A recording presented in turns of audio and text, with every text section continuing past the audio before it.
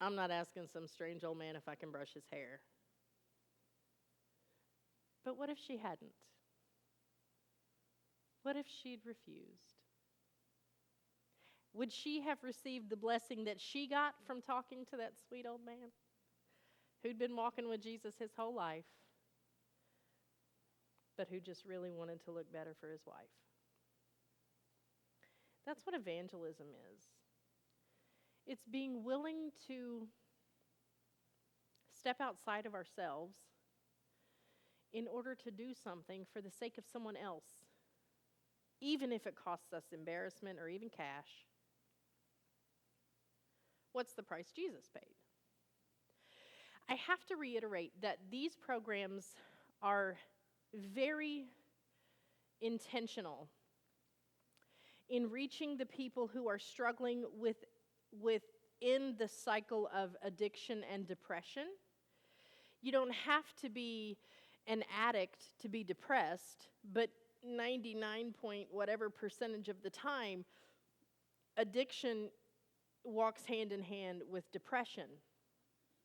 Oftentimes it starts with self-medicating for whatever reason, right?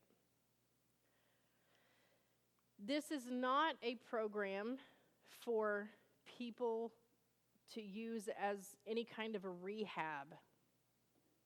If someone is trying to quit substances, alcohol, whatever it is, this is not a rehab.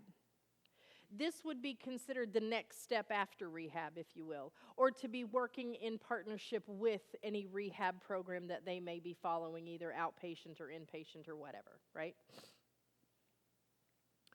This program is very intentional about reaching people who oftentimes get overlooked within church culture.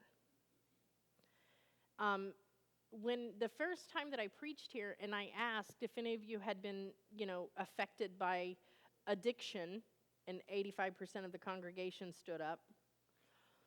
And if any of you had been affected by depression, and again, you had that same 85%. Within the church, we don't do a good job of addressing the emotional, mental, in connection to the spiritual needs of our members, in order for our members to be better equipped to then minister to those same needs that exist outside the walls. Right? I had a precious friend of mine confide in me that when her son passed away of a drug overdose, she couldn't turn to her church.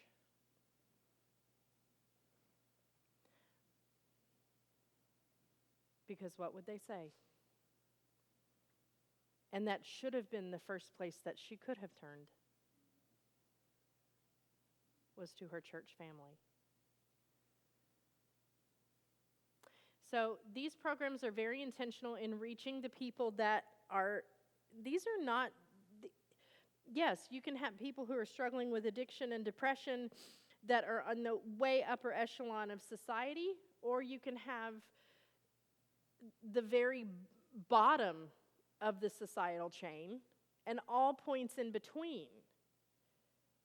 And we have to be ready to receive them. When Jesus preached to the multitudes, he spoke in parables because he needed to be able to reach the people who may not understand straight, plain teaching, and also could be appreciated by the learned, correct? But we have to be, the number one question that has to be asked, and this is when I first started talking about this series with Pastor Ben. I said, will your church receive them?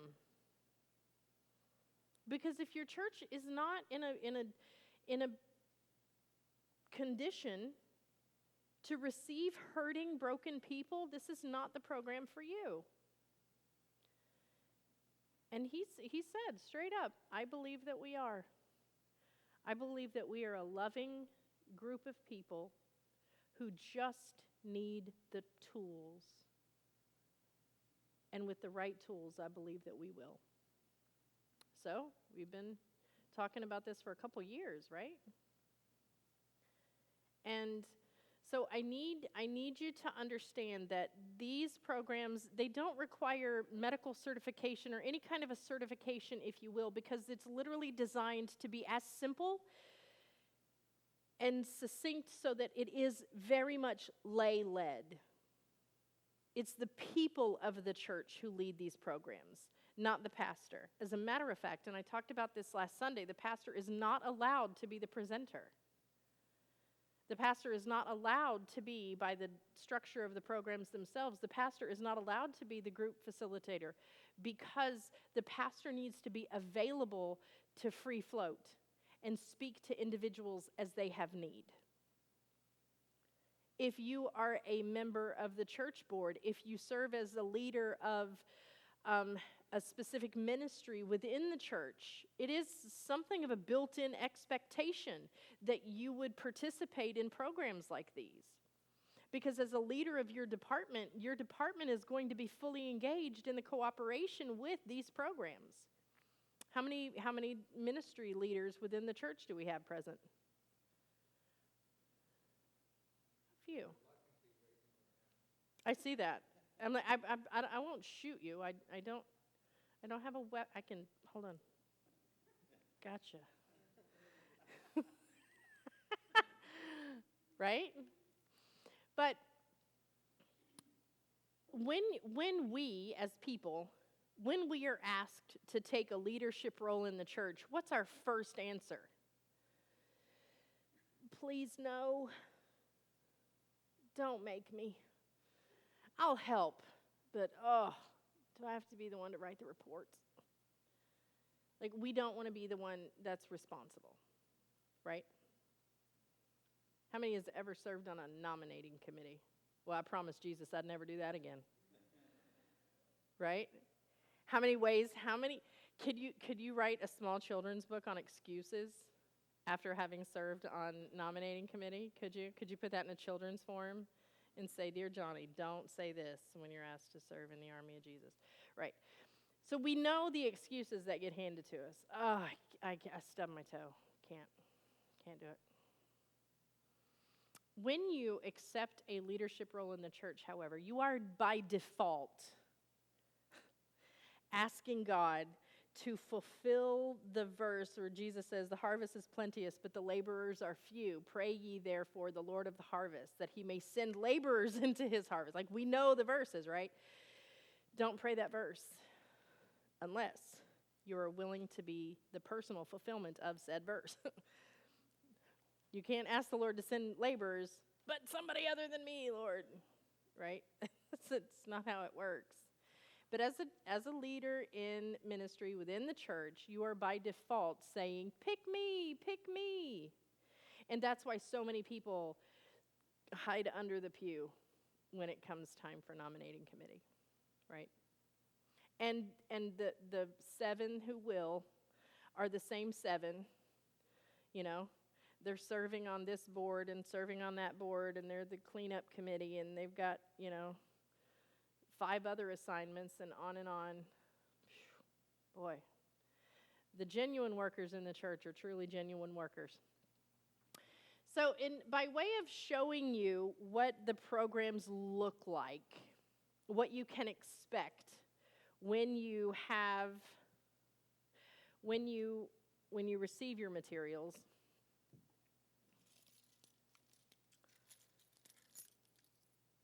it is here.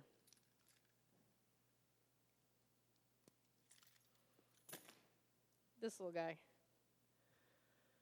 Everything is here. You have 6 presentations of freedom from depression, 6 presentations from freedom from addiction, 6 presentations freedom to be healthy and happy, and 12 presentations of freedom from worry, guilt, and fear. Along with the program notes for each one of those, the printables and supplemental materials for every one of those, the scripts for every one of those, and that's what I have in this handy-dandy notebook. This is my 5-incher here. And if you're into organization like I am, I highly recommend a 5-inch binder of your own. so that you can print your script for that evening's presentation, no matter what it is. And you have, in the presentation itself, you have the slide, and you have exactly what to say. Now, as a presenter, I'm sorry, what is your name? You. Yep, the one, David. Okay. So as a presenter, David, and I'm picking on you because you're taller than the rest, so I could see you first. So as a presenter, you're going to get these materials. You're going to go over these materials, read through them, really familiarize yourself with the slide, the information that's on the slide, as well as the script. And you're going to add to this script whatever needs to be added so that you can make it your personal presentation. Okay? I'm going to guarantee that there is something within this presentation that is going to resonate with an experience that you or someone you have intimate knowledge of. And you're going to be able to incorporate that into your presentation, okay? You want to make these presentations personal, make them your own, and you have the license to do that. It's important to do that. So we all know that Dr. Neil Nedley has done a tremendous job with his recovery from depression program, correct? Ooh, correct? Yes. His programs are very, how should I say, technical. They're very medically driven. There's absolutely nothing wrong with that. He's a medical doctor and a medical professor,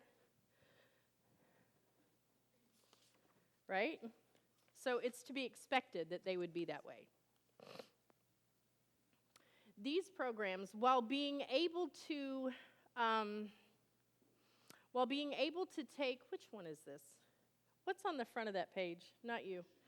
Nope. I think it's number 5. Am I in number 5? Is that what it says on the front? Yep, okay. So while his presentations are very technical and very medically driven, these are far more simplified, okay? And intentionally so. You know, it's kind of like on today's episode of Stay in Your Lane. You know, I'm not a medical professional. I'm not a medical professor.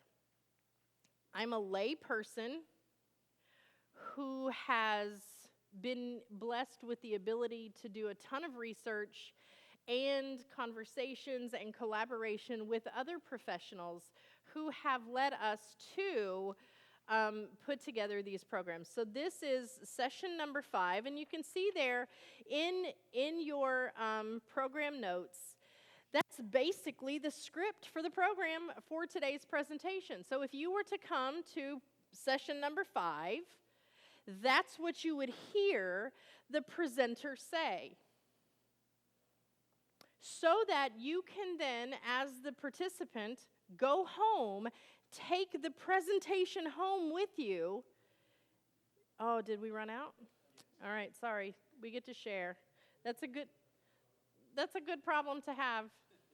I didn't know how many to print. So you as a participant, you can take the presentation home with you in order to review it. Okay? So this is one of the principles, only one of them. I didn't print everything because it's a lot of paper and a lot of toner. So you would go through the disclaimer. Why do we need a disclaimer?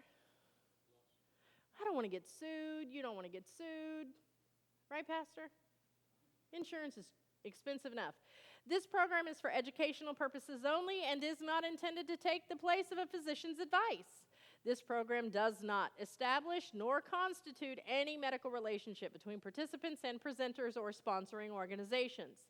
Participants are responsible to seek medical advice before implementing the principles presented in the Freedom from Depression series of seminars.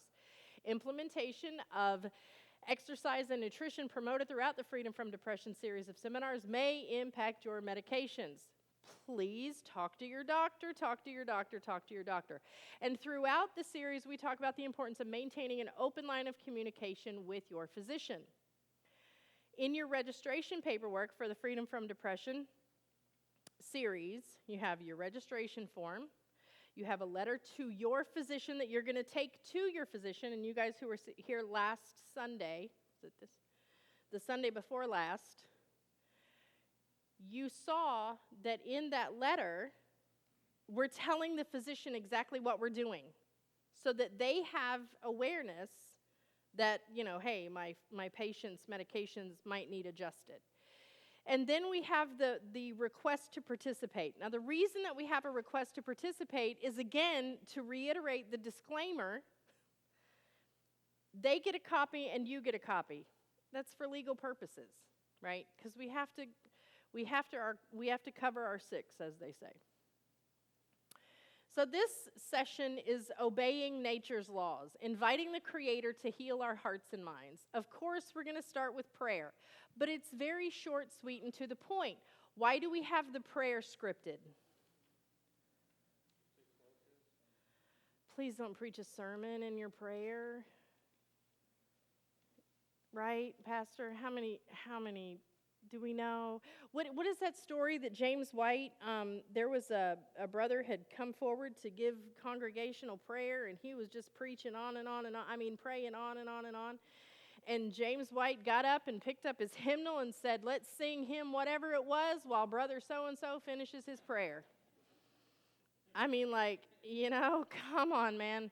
So, loving Father in heaven, thank you for the opportunity to come together in this place to explore the principles that will lead to freedom from depression and anxiety. Please guide our time this evening and bless us in Jesus' name. Amen. Short, sweet, and to the point. And if you want to adjust that prayer, David, in any way, that's fine. But you can only keep it at this word count. This is your target word count. Okay, so kind of keep it in that zone. Oh, did I go backwards? All right, learning objectives. We need to always let people know that there are objectives to every presentation so that, hey, I'm going to teach you about this, and then you proceed to teach them about that, right? We're not throwing curveballs left and right. This is what they can expect to learn at the end of the presentation. So today it's how to utilize the natural laws to realize mental clarity and emotional well-being. What are the causal categories? This is a callback to Drs. Neil Nedley and Francisco Ramirez, right? So they are the ones who published their hypothesis that all of the symptoms of depression can be categorized into these causal categories. So you have 10, is that 10? Yeah.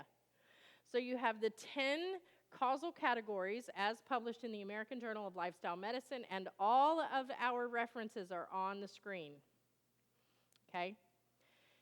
And they also get a copy of the references with their registration paperwork so that if they want to go home and do the research for themselves, they are welcome to it.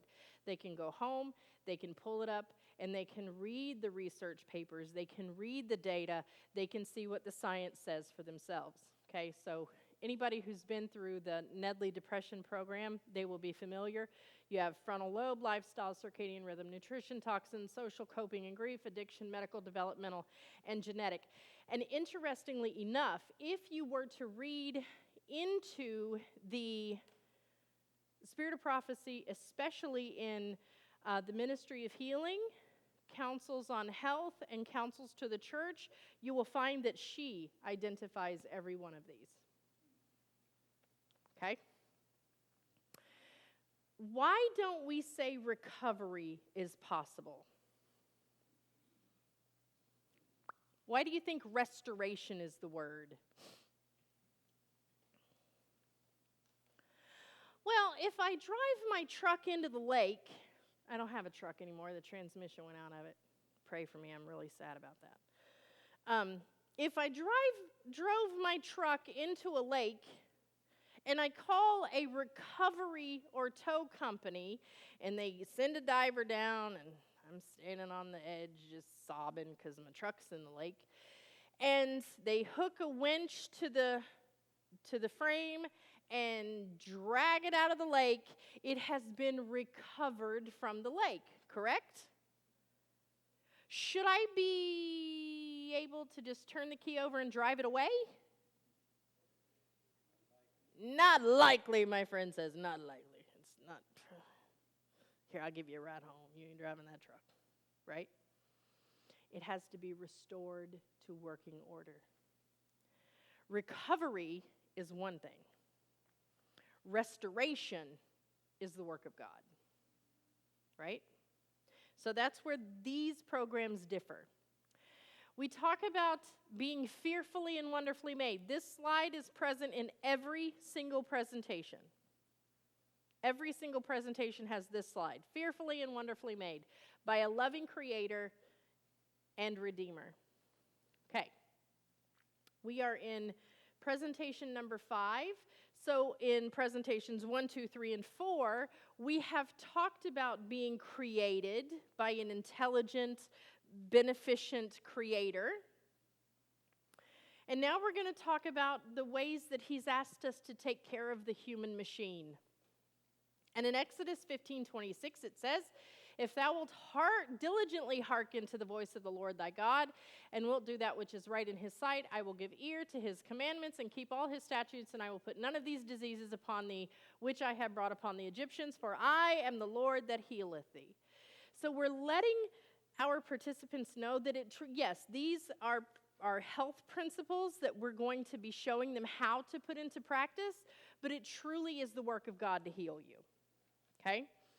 It is a spiritual / faith-based program.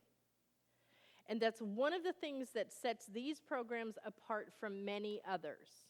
Okay? Why the Egyptians? Why are the Egyptians so important in this equation? Why does that matter? They had where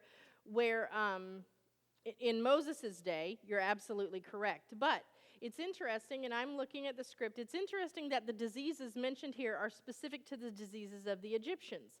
Once the hieroglyphs were translated, archaeologists were astonished to learn that the medical conditions such as diabetes, autoimmune disorders, depression, and anxiety were all found in the records of the Egyptians. I think that's fascinating. And it was only after the Rosetta Stone was found. It's in the script. Okay? Councils on Health. So if you were to go presenter view on that, you would see the script. Absolutely. Councils on Health. There are many ways of practicing the healing art, but there's only one way that heaven approves. God's remedies are the simple agencies of nature that will not tax nor debilitate the system through their powerful properties. Pure air, water, cleanliness, proper diet, purity of life, and a firm trust in God are remedies for the want of which thousands are dying. Yet these remedies are going out of style, she says out of date, because their skillful use requires work that people do not appreciate. Fresh air, exercise, pure water, and clean, sweet premises are within the reach of all, but little expense. But drugs are expensive, both in the outlay of means and the effect produced upon the system. Isn't that interesting? So I gave you a copy of our Laws of Health. That's the Freedom from Depression / Family Health and Education Resources version of the Laws of Health. We're familiar with New Start. What's New Start?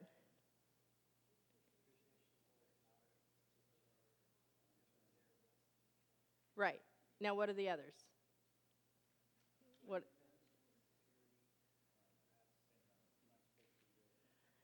I mean, yeah. We talk about the New Start, and we completely forget about the other things. So in this presentation, we talk about the laws of health: nutrition, exercise, water, sunshine, temperance, air, rest, trust, personal environment, hygiene, dress, and moral integrity. Nutrition: eat to live versus living to eat. Of course, we talk about increased tryptophan, tyrosine, omega-3s, and iron. And in the script, we have exercise. So I don't want to hold up the whole notebook, so I'll just open it. We have the slide, and then you have the script for the slide, okay? And this is what the script says. Action is a law of life.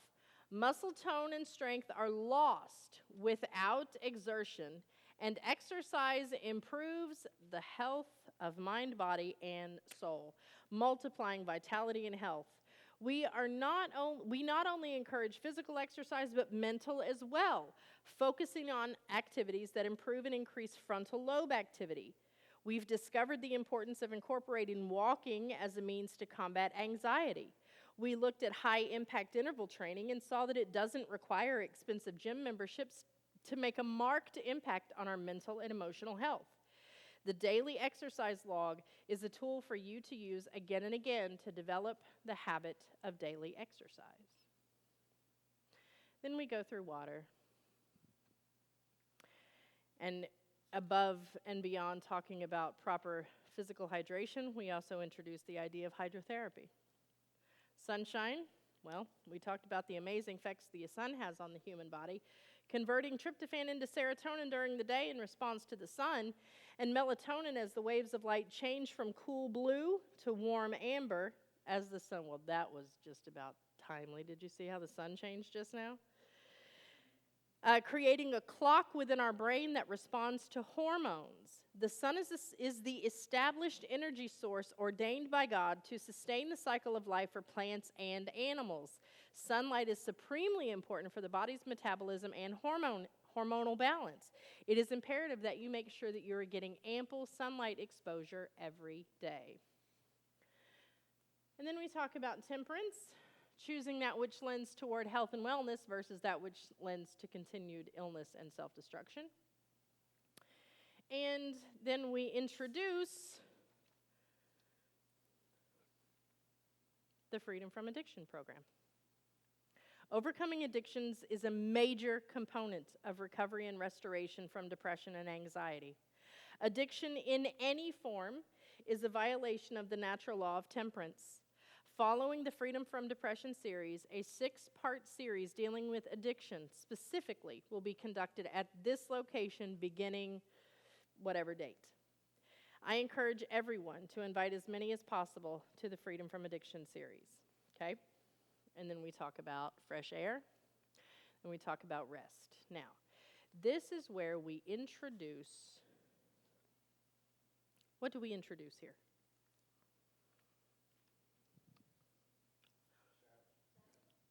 But very subtly, very, very gently. So in the script here, it says circadian rhythm and proper rest was the focus of our second evening together. We talked about the need to unplug and unwind by turning off electronics and getting to bed at least a couple of hours before midnight. We also talked about the need to rest our minds from the constant bombardment. You were encouraged to incorporate 20 minutes each day of what we call focused rest, which is reading elevating literature such as the Proverbs as a great way to invite restorative thought processes into your daily routine. But in addition to these important principles, the weekly day of rest, the Bible calls it Sabbath, is a time to disconnect from the strife and care of day to day and spend time enjoying family, nature, and worship. This is one of, if not the most overlooked and underrated laws of health. And we have trust in God. Trust in the Lord with all thine heart, and lean not to thine own understanding.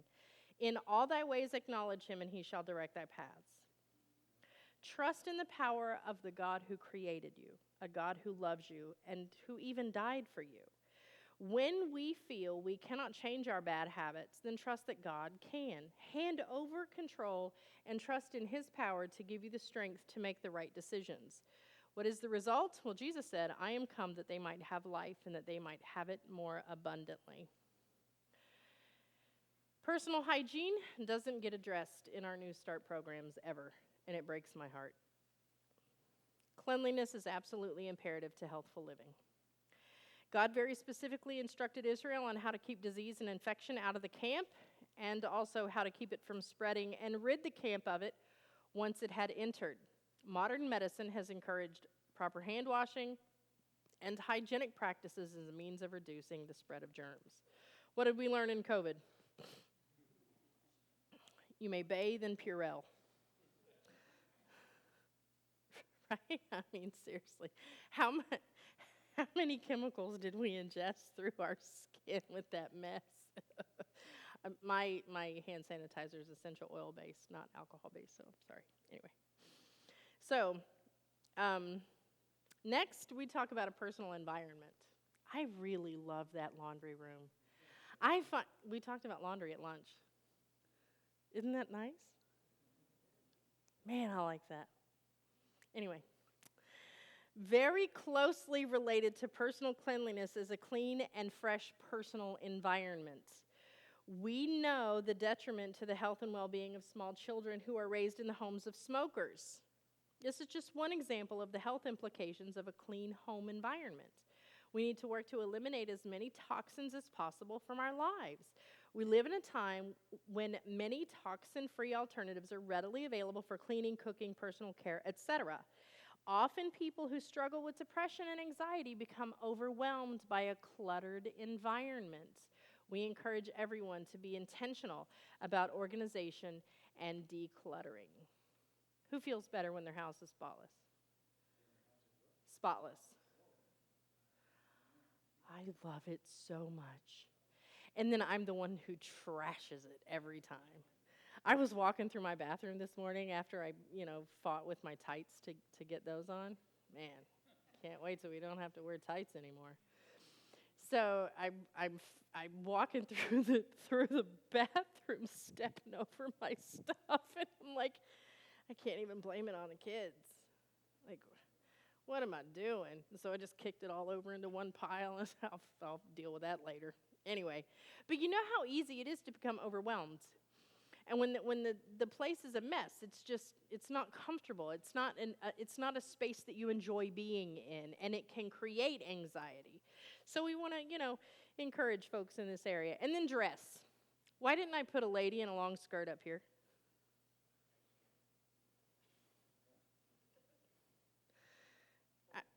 I mean, seriously. Well, that's just rude. No way. So the whole reason dressing appropriately for the weather and protecting our extremities from both heat and cold is vital to proper blood and oxygen circulation. Avoiding crowding the internal organs by the use of tight or restrictive clothing, choosing shoes that promote proper alignment of the hips and spine are also often overlooked as the cause of illness and pain. Sounds old-fashioned, doesn't it? Well, blood and oxygen circulation are absolutely imperative for frontal lobe function, so it really is all connected. But we don't talk about that. Because every time, I say every time, that I've heard anything about proper dress, especially in our Adventist bubble, it's from the perspective of modesty, right? It's not from the health perspective. And so we shy away from it because that's taboo. We don't want to talk about, and tell people how they should dress. But, I mean, there's a reason why we don't wear corsets. She can't breathe. The kidneys can't function. I mean, it's just really horrible. Okay, another one that we don't talk about as a law of health is moral integrity. Purity of life and moral integrity is something that is hardly ever considered when it comes to a person's overall health and well-being. The Bible says clearly that whatsoever man soweth, that shall he also reap. If you have a guilty conscience, it's nearly impossible to overcome anxiety and or depression. Honesty, trustworthiness, dependability, qualities that should have never gone out of style. If you need to apologize to someone, don't wait. If you need to forgive someone, don't hesitate, even if they aren't sorry. Information and counsel found in the classic work Ministry of Healing, which was first published in 1905, says, and then you give the quote, and at the end of this presentation, on their way out the door, they would get a copy of the Ministry of Healing, okay, as their parting gift for session number 5. Again and again, we come back to the Serenity Prayer. The Serenity Prayer is popular in Alcoholics Anonymous and Narcotics Anonymous as a mantra that they recite over and over again in some kind of repetitive Buddhist exercise or whatever. But we are able to actually employ the Serenity Prayer as it was designed. God, grant me the serenity to accept the things I cannot change, the courage to change the things I can, and the wisdom to know the difference. And in the script here it says, remember that Serenity Prayer. These changes will take courage and determination. As a Christian ministry, we know firsthand the struggle involved when striving to win the war being waged over our hearts and minds. We don't take this information nor the struggle associated with it lightly. Again, we are fearfully and wonderfully made. The lies the enemy wants us to believe are disguised to keep us from embracing this simple yet profound truth. And the one who created us, who has given us every tool to overcome this world of turmoil in order that we can live a life of peace and contentment. I did mention the upcoming Freedom from Addiction series. I cannot stress enough how much our community needs this program. Family Health and Education Resources is partnering with the Salem Central Seventh-day Adventist Church to bring these seminars to the public, to as many as possible. And in addition to the Freedom from Addiction series, we're also going to be hosting Freedom to Choose Health and Happiness. This series is a step-by-step practical way how to overcome disease and illness such as diabetes, high cholesterol, obesity, and autoimmune conditions. And then lastly, after we've been through a few of these things, we're going to be hosting a 12-part series that is designed to utilize the ancient manuscripts of the Bible to answer today's most challenging questions and help people to live the life of abundance that Jesus has promised in John chapter 10 and verse 10. The more information is shared, as these presentations progress, we are hopeful that you will start experiencing this simple yet profound truth in your personal life. Restoration is possible. You can live free from depression and anxiety.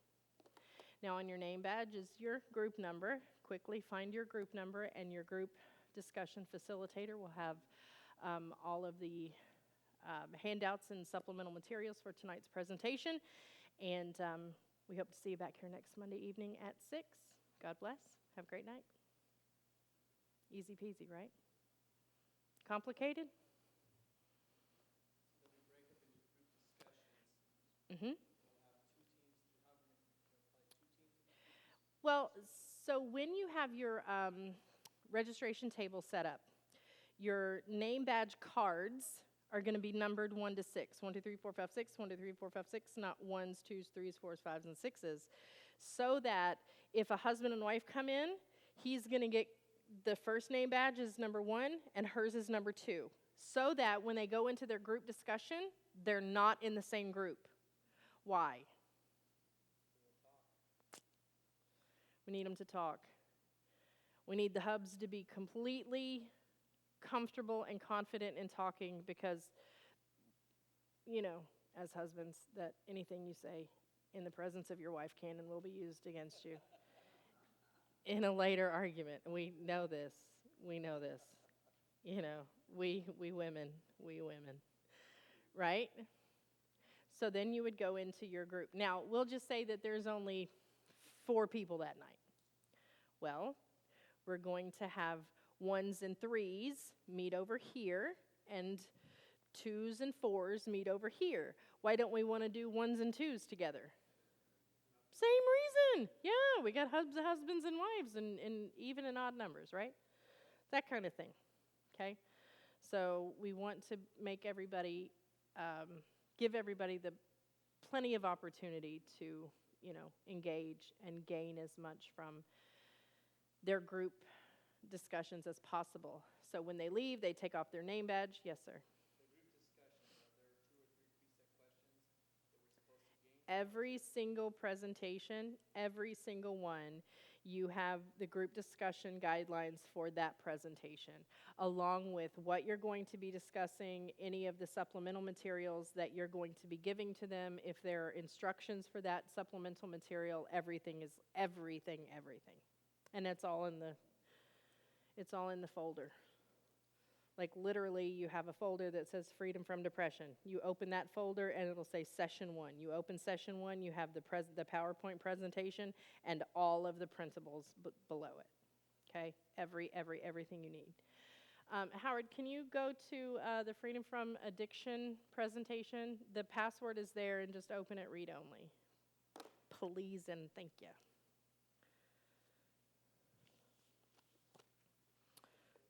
Yep, go ahead. Yes. Yes. Yeah. Yes. So they're cycled, and we want to completely recycle. So you start with Freedom from Depression, you go through the 6, then go right into the Freedom from Addiction, you finish with that, and then do depression again. Why? Why do it over again?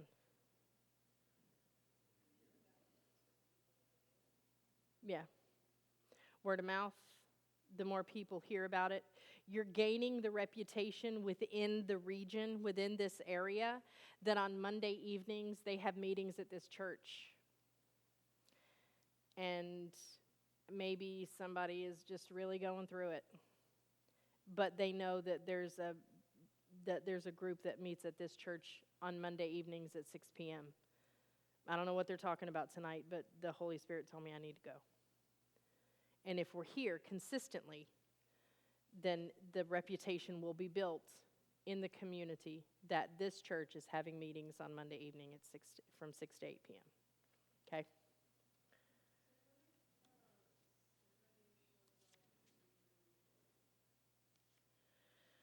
That's when pastor would sit next to them. We don't know. If it's a female, that's this answers your question, by the way. If it's a female, then no, 100%. And then can I get you to pass those out for me? What's your name? Tracy. Good to meet you, Tracy. Yeah, then that's why pastor is not occupied. He's a floater. Because we don't know what is going to walk through the door. Somebody might be in crisis. Somebody might be inebriated. But the pastor is trained to deal with a certain level of those things where maybe his congregation members are not. So that's another reason why we want to make sure that he's available, or whomever the pastor is available to, because we don't want to say they can't come in here. Oh, you're drunk. You can't come into our meeting on addiction. Oh, that sounds terrible.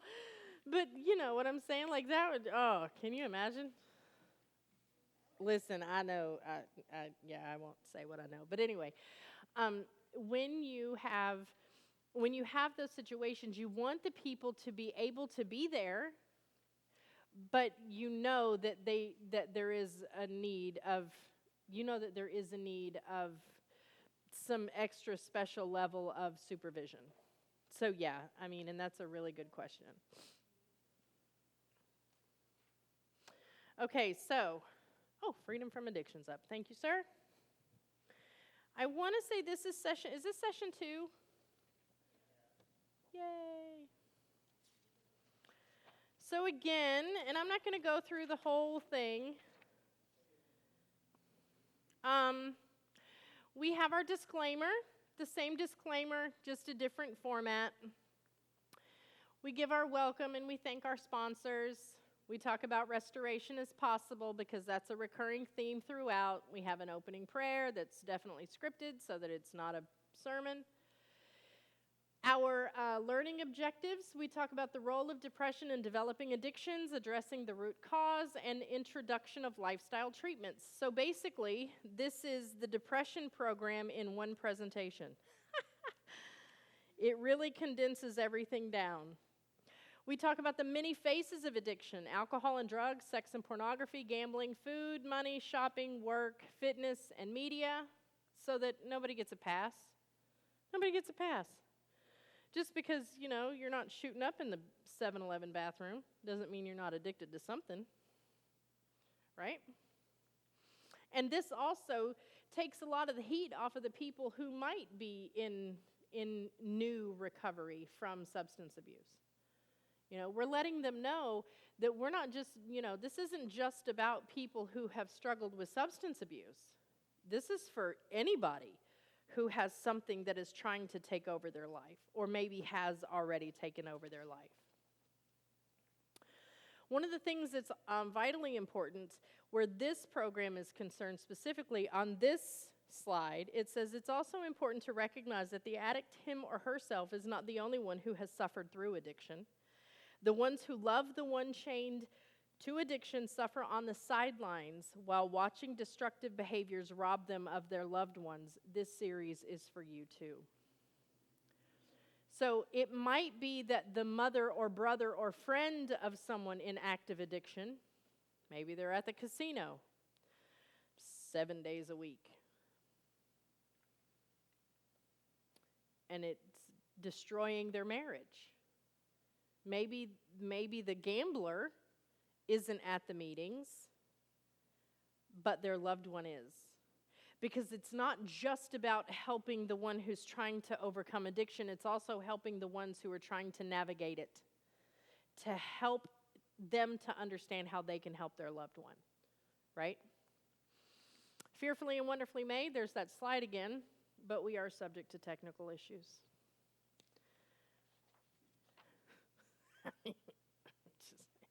Sometimes there's a glitch in the matrix.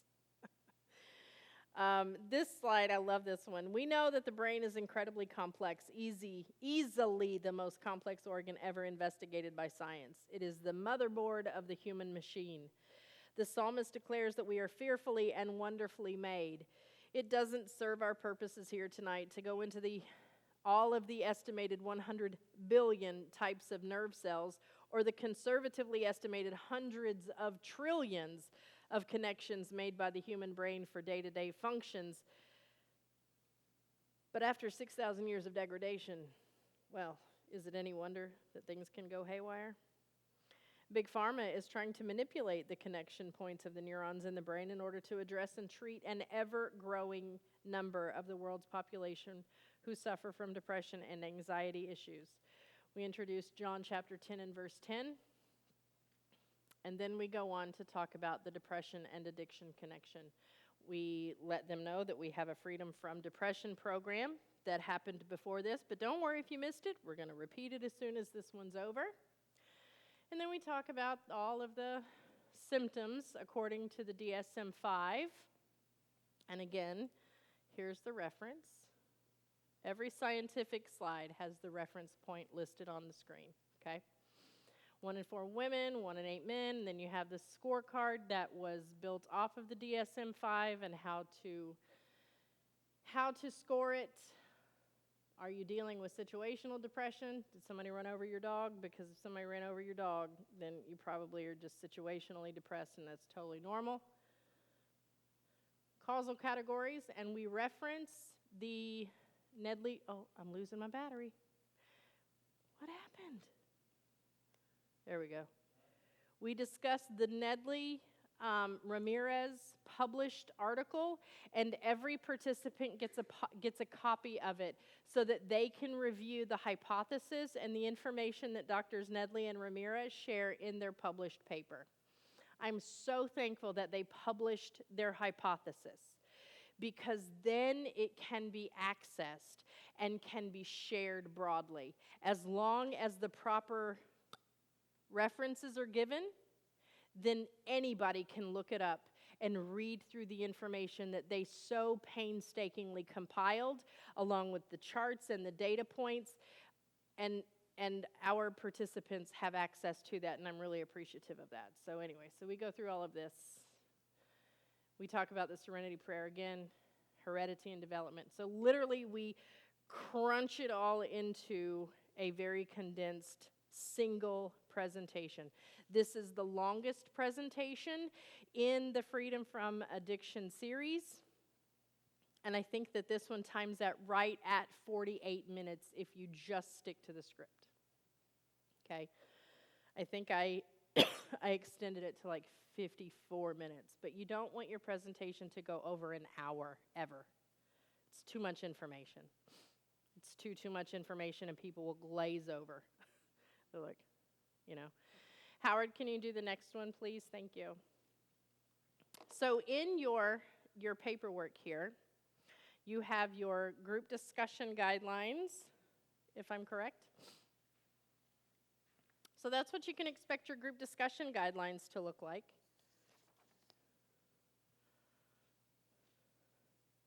And, pardon? This is after you've divided into your individual group discussion. So your group discussion facilitator is going to have this group of guidelines, and they're going to be the one leading the conversation. Rob, what does it mean if you have somebody who's just going to dominate the whole conversation? How are you going to deal with that? I think you have to say, you have to stop them if you can. If someone's in a group discussion, they're just talking the whole time, and you're not giving other people. I think you, as the facilitator, would need to say, well, thank you for your perspective. Let's hear what Jim has to say or what Tammy has to say. Tammy, what do you think about? Exactly. So when you, as I'm just gonna, throw this out there, if you are the program facilitator, right, you're the main guy that is kind of managing the whole program. You're recruiting your group facilitators. You're making sure the presenter has all of the materials that they need. You're making sure that AV is working correctly. You're making sure that all of the principals are taken care of, and on and on. When you're recruiting your group facilitator, group discussion facilitators, what are the characteristics of the individuals that you're going to seek out?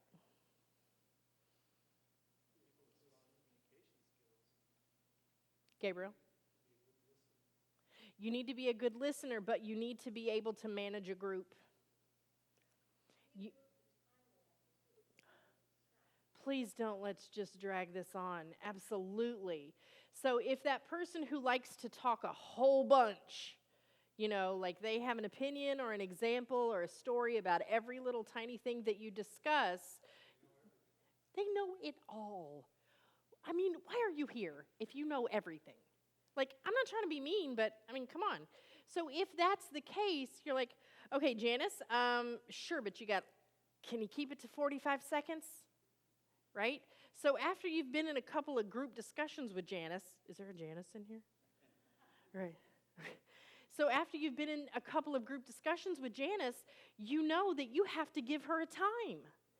You know that you're like, all right, you got 38 seconds and we got to move on to the next question. Right? I'm not afraid to put a timer on Janice. And when the timer goes off, yep, got to move on.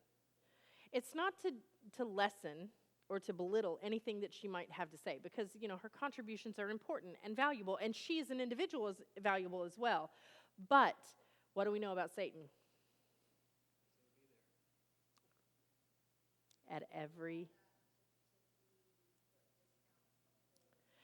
He would love to be the reason that somebody else doesn't come back. Or talk. Yeah. Well, Janice. I'm not mad. I am not mad. We can totally flip it over. You got 60 seconds. Ready? Go. Right? Yeah.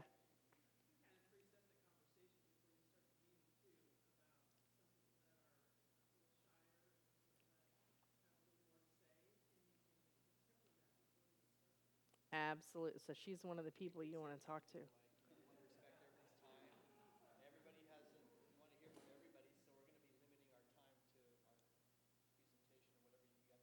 Absolutely. so that everybody gets bought in. Absolutely. When you manage expectations, you have a much more fluid conversation within your group. People gain much more from it, and they look forward to being able to share what either they've experienced through the week or what they've learned or whatever it is. So we want them to want to participate next time instead of dreading it. I've had people come to meetings, and as soon as the presentation's over, they leave because they just can't deal with it. Right? So that's not what we want. Let me see. Where am I? Okay. Choosing an what do you have in your hands there? You have choosing an accountability partner. Do you have prayer journal prompts? No?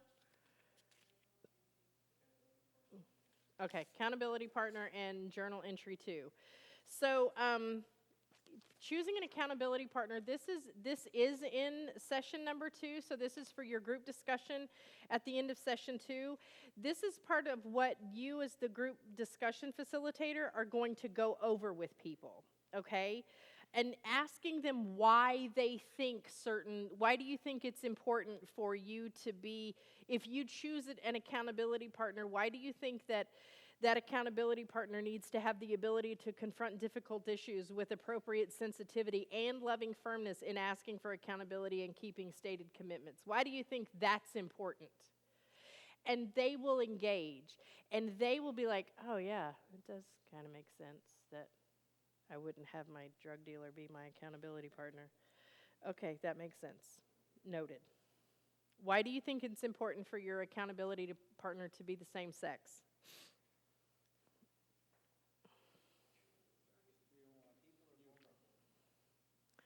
We don't want more problems. We got enough problems. We don't need those problems, right?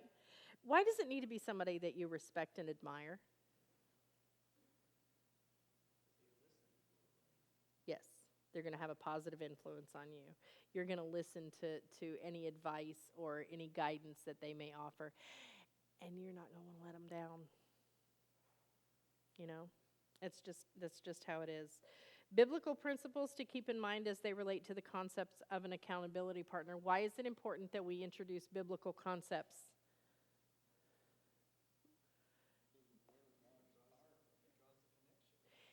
Absolutely. So we're not a 12-step program, where you work on this step and then you work on that step and then you work on that step and then you work on that step. We got to work on all the steps together. But it reminds the person that there is a higher power, and that higher power is the Creator God, and that the principles that we as a Christian ministry that has been endorsed and supported by this Salem Central Seventh-day Adventist Church is founded in the biblical principles of health and happiness. It's the whole point. We come from the biblical perspective, and we let them know that from the onset. We are a faith-based ministry, and we employ the biblical perspective, the biblical principles for health and wholeness. We're not here to push our beliefs on anyone, but we invite you to come and hear what we have to say and just give it a chance and just see if it makes a difference in your life. And we talk about that from session number 1, slide number 2. Okay? So there's no bait and switch going on. Everybody knows that it's a faith-based Christian program. Okay? The privilege of prayer. This is actually the study guide for chapter 11 of Steps to Christ.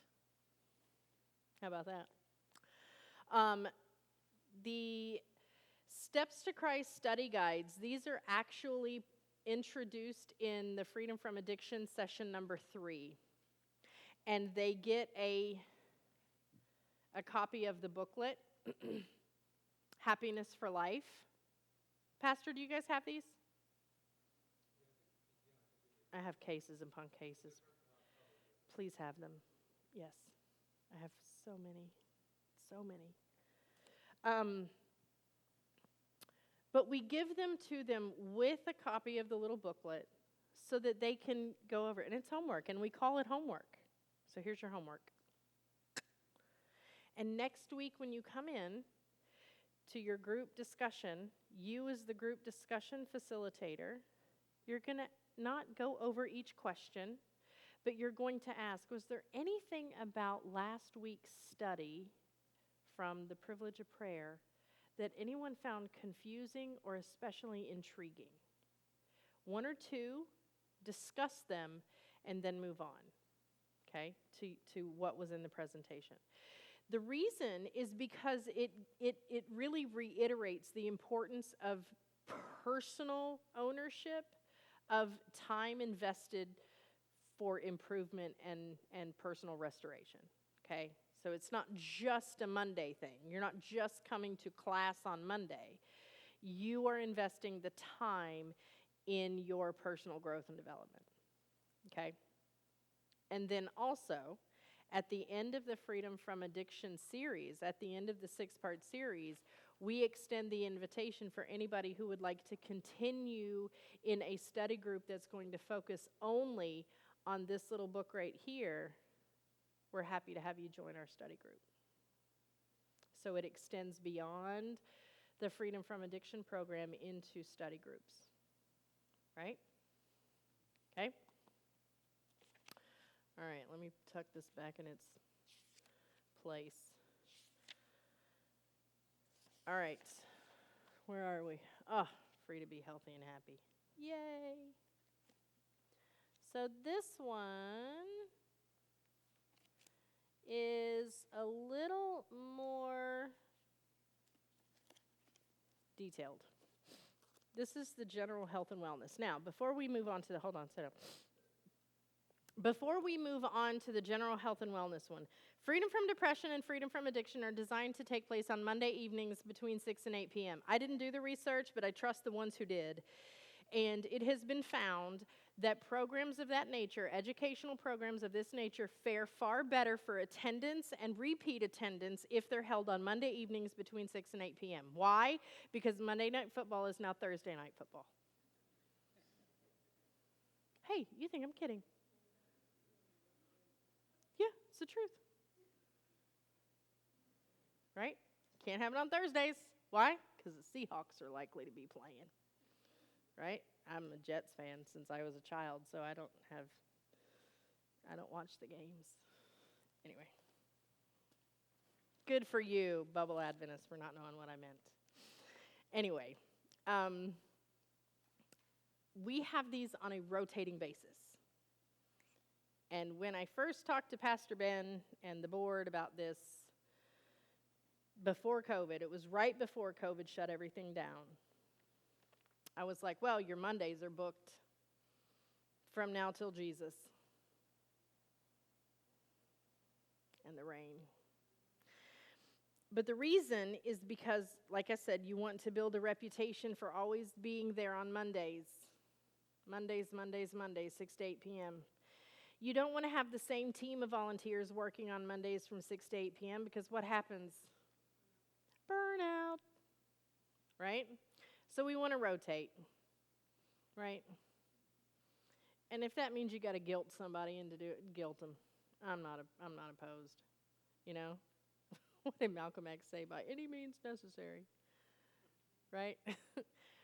But when you stand up, you know, when you share your testimony time or whatever before the church service on Sabbath, and, you know, Gabriel is standing up and he's telling people about the amazing connections that he's making with the people in the community, or, you know, David's talking about how much he personally is learning through these presentations and the way that people are opening up and the community is coming in, and you've got some new guests in the congregation as a result of the programs. More and more people are going to want to be involved. We call that righteous jealousy. I'll take it, right? Is it, well, Rob can do it. No offense.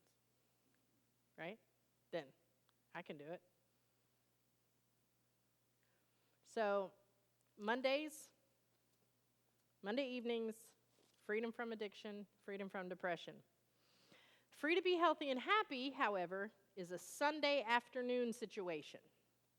Now I know that Salem Central has a special challenge with Sundays.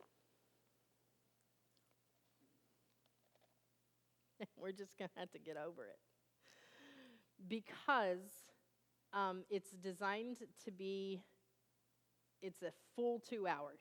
It's every minute of 2 hours. And the way that it works is this. You go from the registration table where you pick up your name badge that has your group number on it. And instead of going to a group discussion table, you're going to go to a cooking station. And at your cooking station, there will be a laminated recipe card.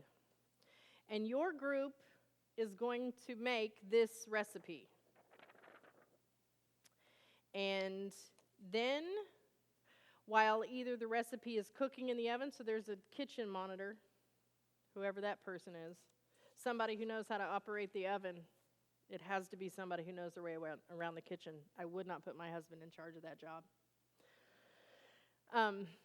While whatever recipe it is, if it goes in the oven for 20 minutes, then while it's in the oven, after we've gone through the actual preparation of the food, then we're going to have our presentation, okay? And then when the food is ready and it's set out fellowship meal style, instead of going into just your average group discussion like we do in the Freedom from Depression and Freedom from Addiction, we're going to go to our groups and enjoy our meal together. But we're not just going to eat what we cooked, we're going to eat what everybody cooked. Okay? Make sense? Fully interactive. And everybody who has participated in this series loves it. It is so much fun. So much fun. And it's very, very, very well received.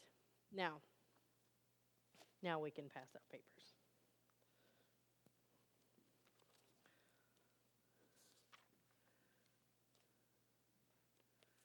There's that one, and no, I'm going to let her do that.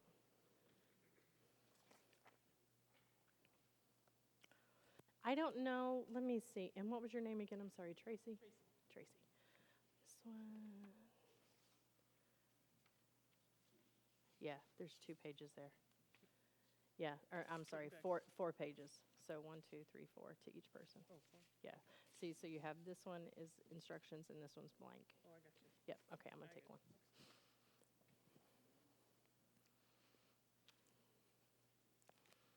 Okay. So while you're getting your paperwork, we have the same welcome. This is a faith-based group of seminars and workshops. Family Health and Education Resources partners with community services organizations, churches of various denominational backgrounds, local government agencies in order to bring these programs to life. Our programs are offered free to the public. The information shared is for educational purposes only and does not establish an advisory relationship between sponsoring organizations, presenters, and participants. Thank you for our sponsors, and here's the legal disclaimer. Okay, why do you think this more detailed welcome for this one specifically? I mean, because it's general health and wellness, right?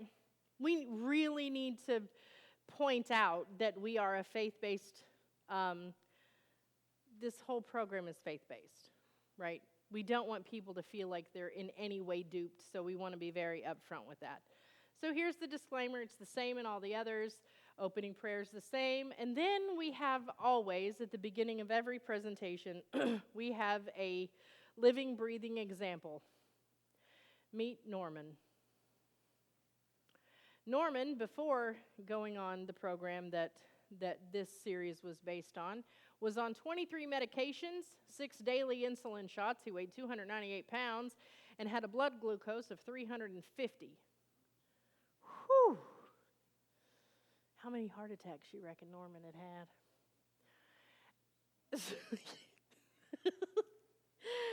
After going through and implementing the information that was found in these programs, He was on 7 daily medications. He was only on 2 to 3 weekly insulin shots, was all the way down to 200 pounds, and his blood glucose was less than 140. Praise the Lord, right? What are our learning objectives? What is a lifestyle disease, and how did we get here? Is there anything that can be done about it? What, when, and how much should I eat?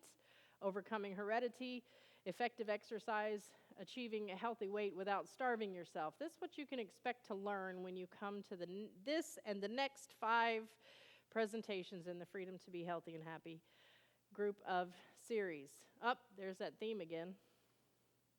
We're not just trying to pull you out of the lake. We want to bring you back to proper working order, right? I like that slide. Fearfully and wonderfully made. We've heard that before. Subject to technical difficulties. That means that our bodies don't work right. Talk about the statistics of diabetes, the cost of it, what are the symptoms, what are the complications. Now, this is interesting. I read an article this week, literally this week. And Dr. Francis Kaufman said that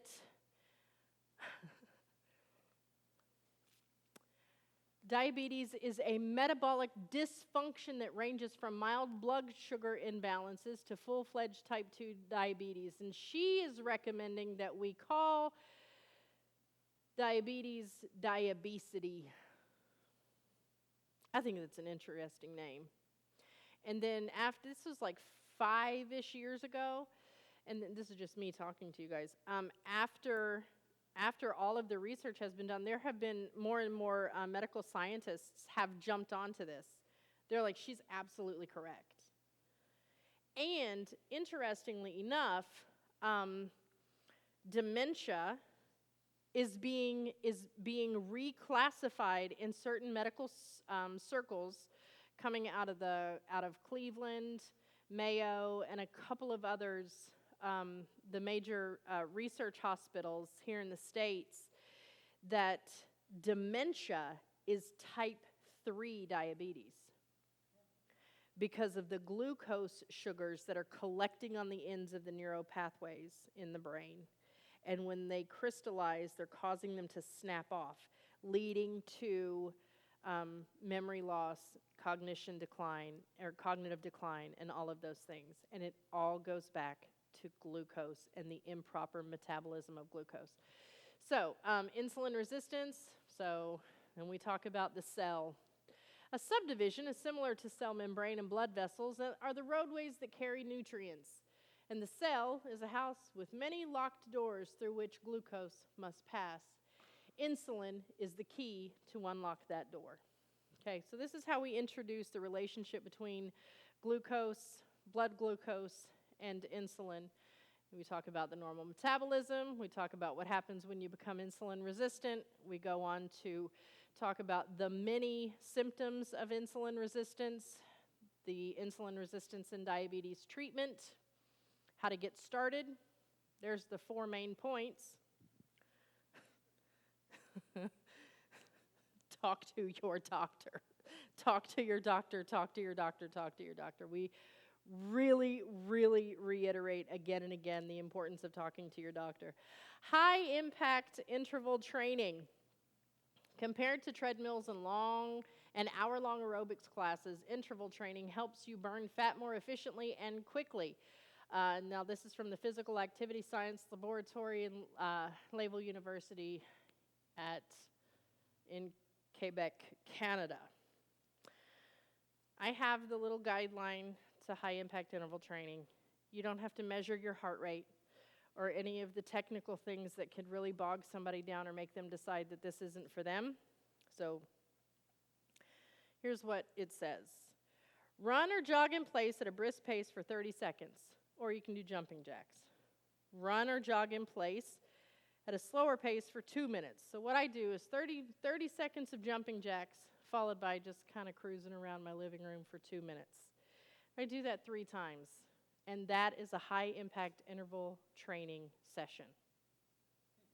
Easy enough, right? It's amazing, the benefits of that. I currently am losing weight at a rate of about 1.5 pounds a day. and I'm not doing anything crazy. I had apple pie at lunch. Don't tell my husband. How to do it. Again, here's high-impact interval training. There are the benefits. How did we get here? Well, we're all on the standard American diet, which is, in fact, sad. It's high in refined carbohydrates, saturated trans fats. That sounds like the Adventist diet. It's low in fiber, vitamins, and nutrients, and antioxidants, and phytonutrients. We drop the meat and gain the sugar. We become carbitarians. How diabetes progresses? Well, you start with a standard American diet, and then you have high blood glucose, and that's going to lead to lethargy, a decrease in activity that leads to weight gain, and at the same time, you've got a high insulin level that also leads to weight gain. And it just gets really, really, really, really, really bad from there. Okay? So we talk about fiber, we talk about nutrition, talk about weight, talk about exercise, talk about water. Please drink water. Recipe for freedom and the road to restoration. High fiber. Try new things. Sean does not appreciate tofu. It's not that he doesn't appreciate tofu, he doesn't appreciate the idea of tofu. I make excellent tofu in many different forms.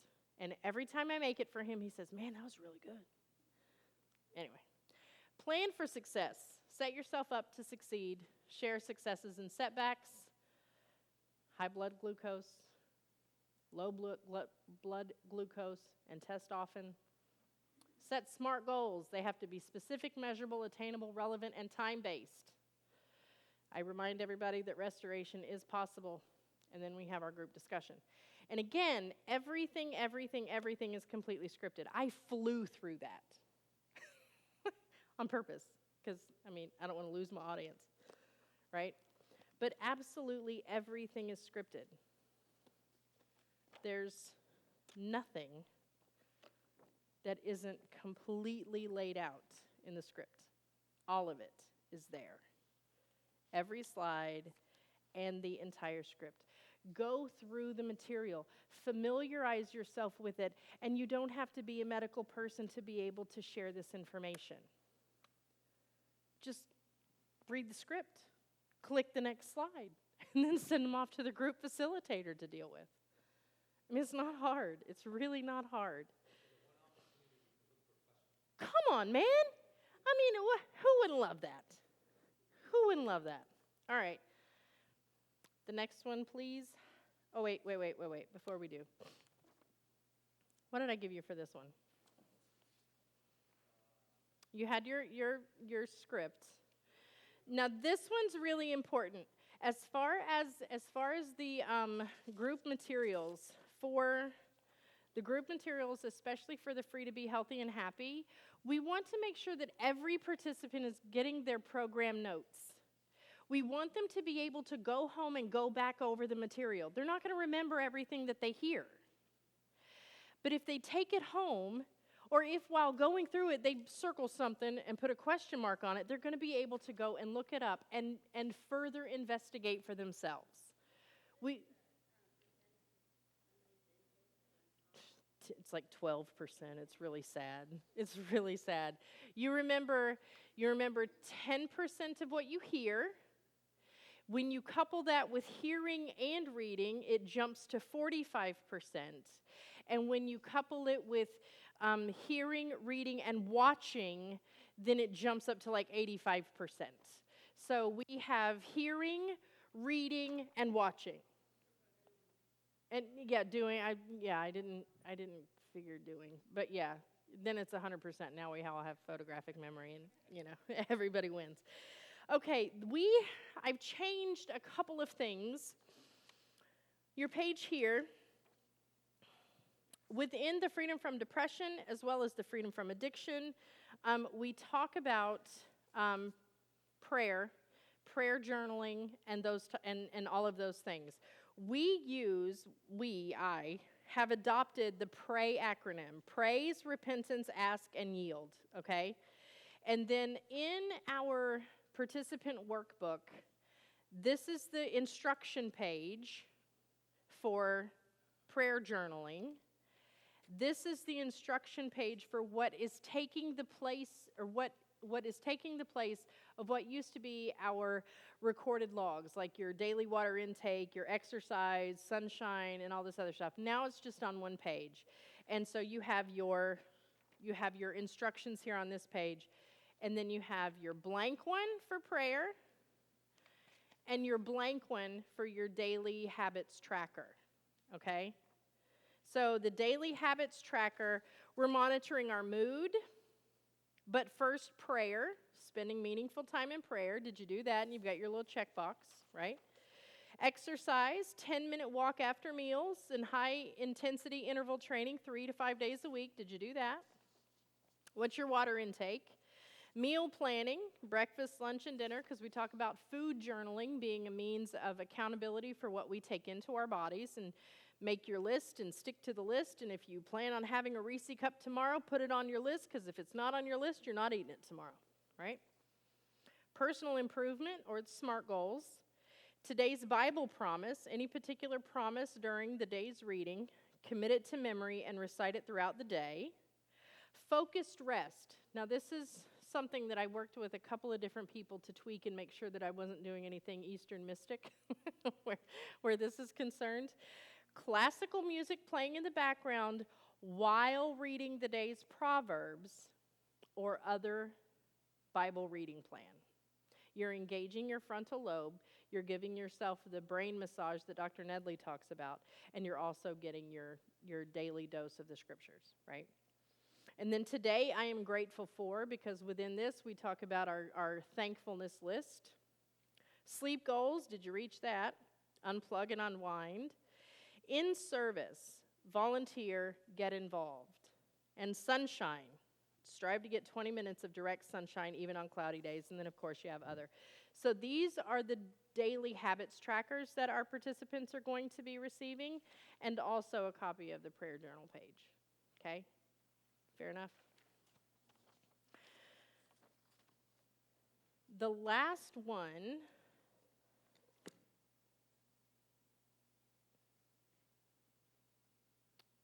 is freedom from worry, guilt, and fear. Now this one takes all of the information. Hold on, before we jump in. Stand up and stretch. Everybody stand up.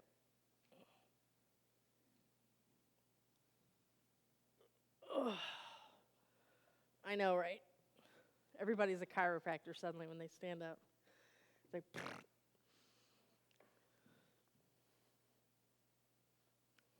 I can't believe my shoe broke. Ugh.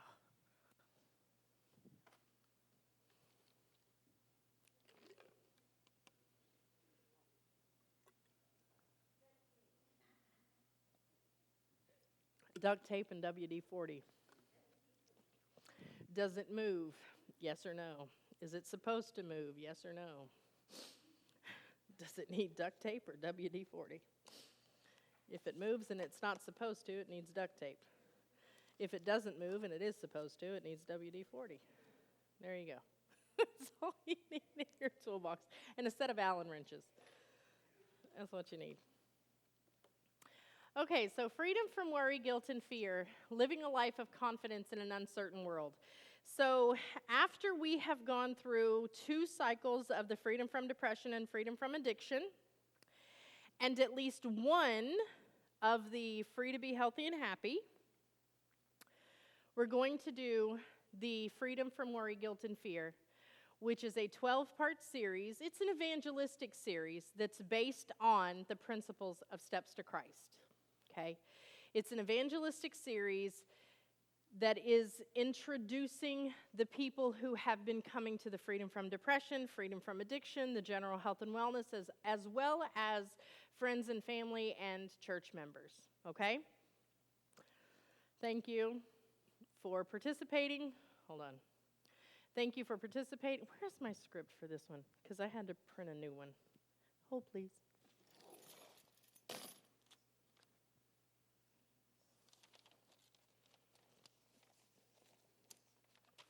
Not that one. So the freedom from depression is 6 weeks. The freedom from addiction is 6 weeks. The Free to Be Healthy and Happy is 6 weeks. This one is 12 parts. So we're going to be doing this one in 3 weeks, 4 nights a week. So what we've done in Dallas, Wednesday, Thursday, Friday, and Saturday nights. Okay, for 3 weeks. And I'm recommending this be done beginning the first week of August. Is that what you're writing down, Rob? Yeah. First week of August. So that you can then have September off to gear up for what you're doing in October. Okay? And that'll also give you time to really work with the people who are requesting and engaging in studies outside of the series so that you can, do more complete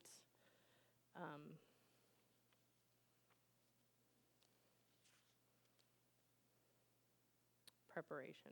I'm sorry, hold on 2 seconds. Where is it?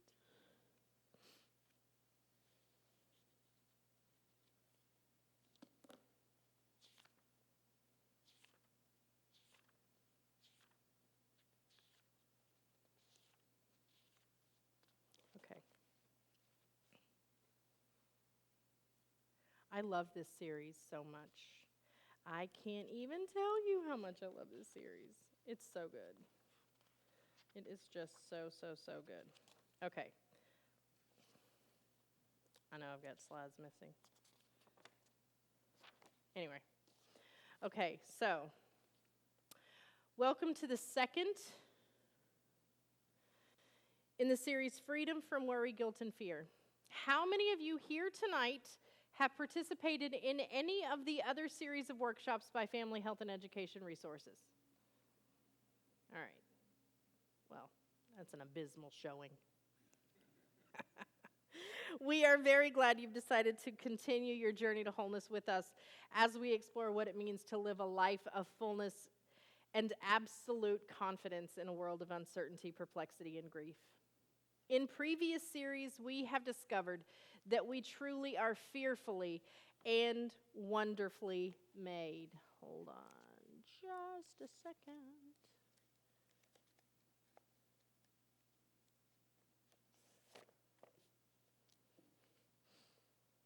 Thank you, sir.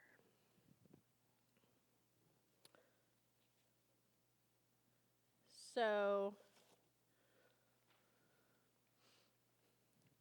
sorry, guys. Thank you. Just like the program notes for the previous series, these are the exact scripts that people are able to follow, and the importance of these is that it has the scriptures embedded. Okay, so it is a full and complete Bible study that they can take home with them to re-examine everything that is said during the presentations. That make sense? So we thank them. We thank our sponsors. And then we talk about the importance of having established from the first presentation. We've established that we'll be coming from the perspective that we, Family Health and Education Resources, and our sponsor, which is the Central Salem Seventh-day Adventist Church, we believe the Bible is true, all of it, from Genesis 1:1 to Revelation 22:21. In our first meeting together, we looked at the importance of understanding that in the beginning God created. As we continue our journey together, we will address this theme in greater and greater detail. Last night, we had the opportunity to view a very important documentary film, Is Genesis History?, where scientists and researchers showed from the fossil record, I don't know why it says phallus record, from the fossil record, as well as linguists, marine biology and zoology, astronomy, and recorded history, that the accounts of the Bible, especially the book of Genesis, is in fact history, and not the allegory that it has been dismissed as by skeptics and higher critics. But tonight we're going to address a vitally important question. Who is Jesus?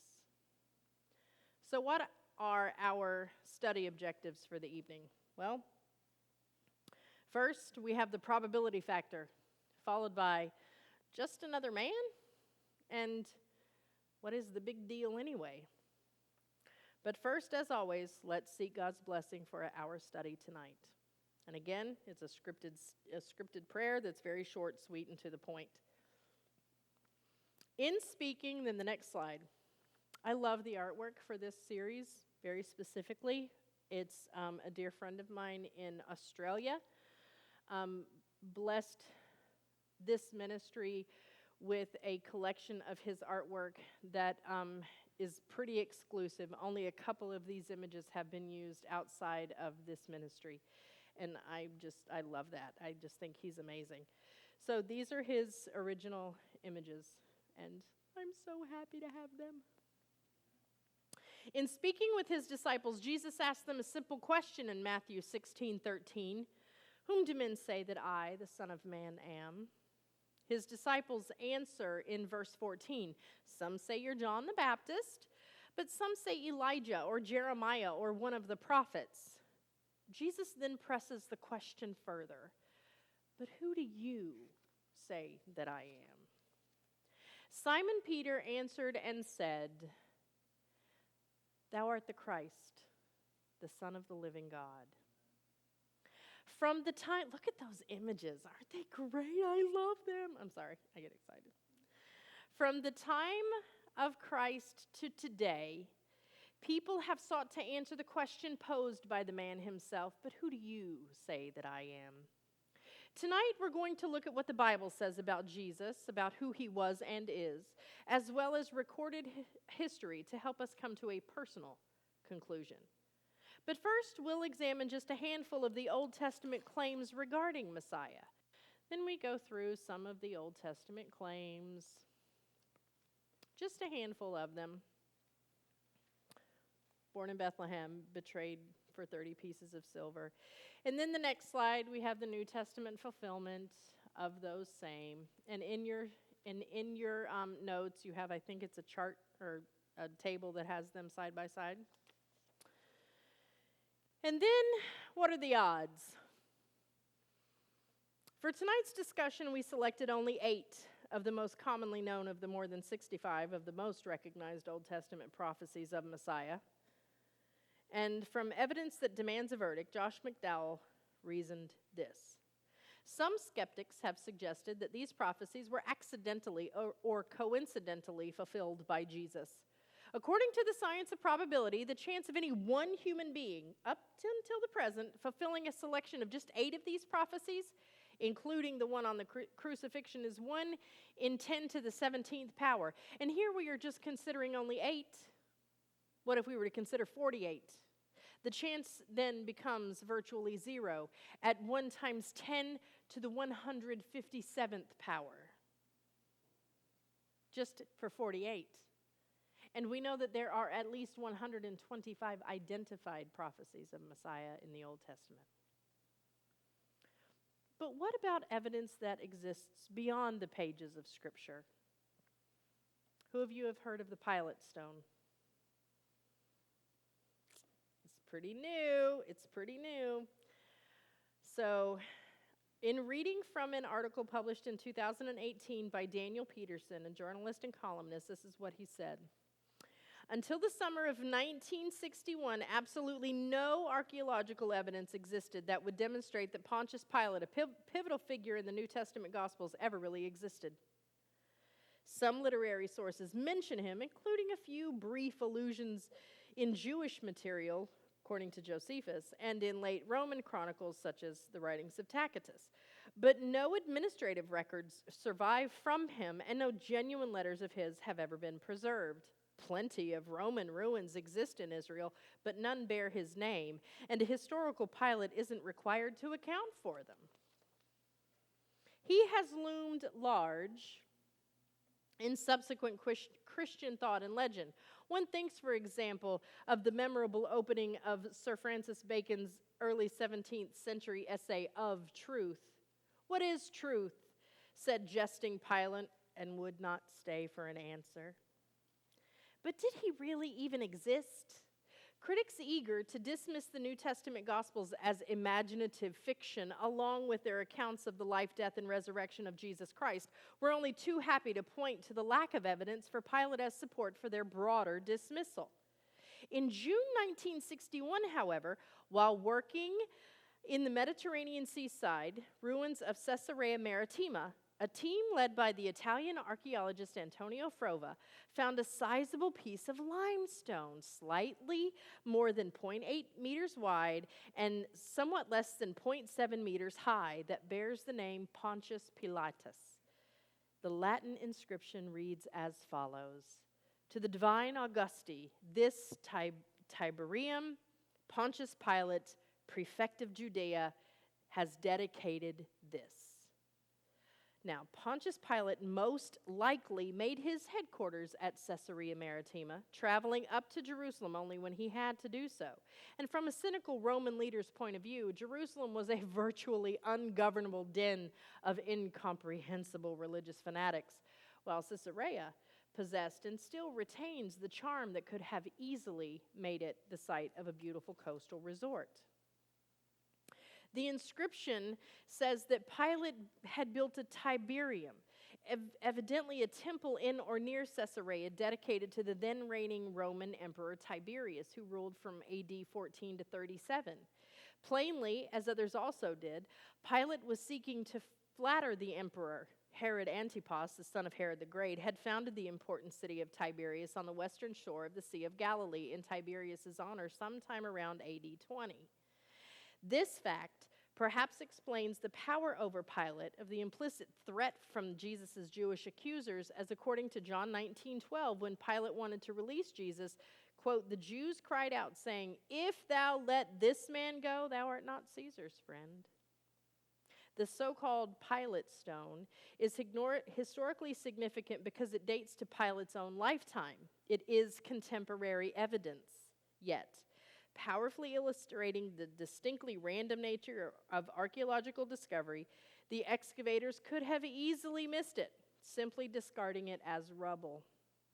By the 4th century, it had been incorporated into a set of stairs in Caesarea's Herodian theater.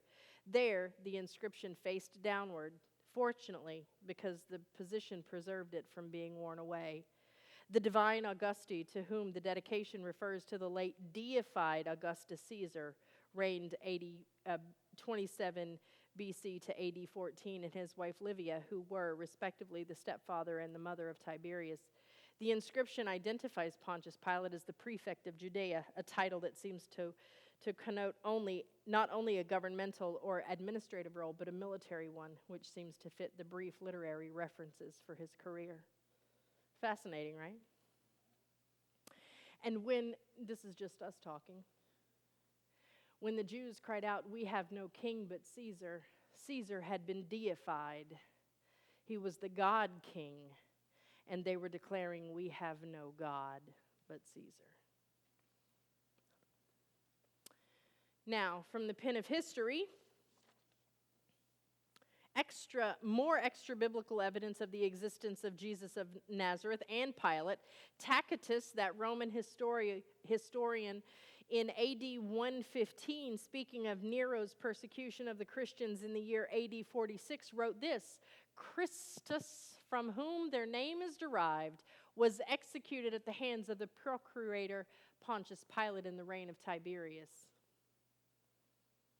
But having looked at the science of probability and even the small handful of the volumes of available extra-biblical, historical, and archaeological references that substantiate the Bible's accuracy, let's look at just the few remarkable claims that Jesus of Nazareth claims about himself.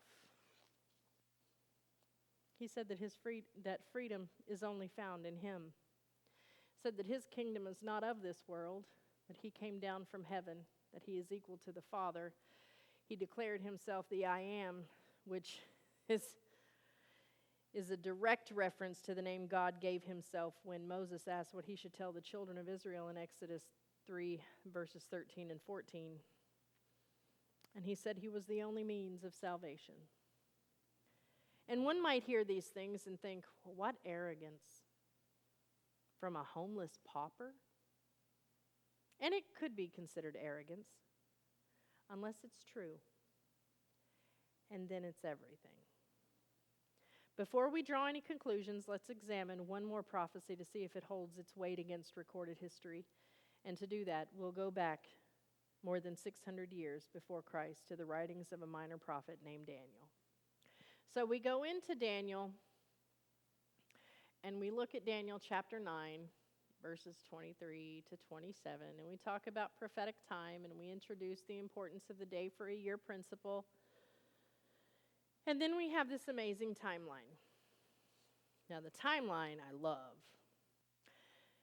And it goes through the command to restore and rebuild Jerusalem, talks about how it took 49 years to finish the rebuilding of Jerusalem. Why did the Bible break it down?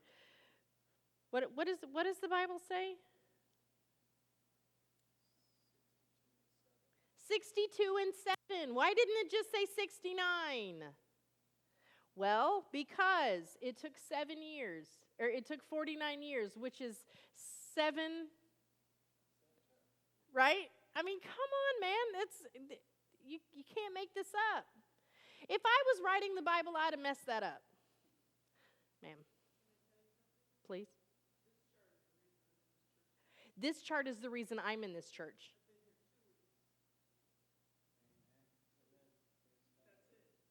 I'm here to tell you, it's the reason it's 100% the reason I'm a Seventh-day Adventist, is Daniel chapter 9. Daniel 2 is amazing, and it's mind-blowing, and it's like, wow, that's so cool. But Daniel 9, 100%, this is it. 62 weeks later, unto Messiah the Prince, the anointing of Jesus at his baptism, and then he would confirm the covenant with many for 1 week, and in the midst of that week, which is 3.5 years later, he would be cut off, but not for himself, and he was crucified in AD 31 right on time. And throughout the whole of this thing, we go through every recorded historical fact, okay? We list it all out. 3.5 years later, what would happen? Well, the end of that 70th week, Stephen was stoned, the Christians were scattered, and the gospel was sent to the Gentiles, initiating the beginning of the Christian dispensation. Somebody ought to say amen.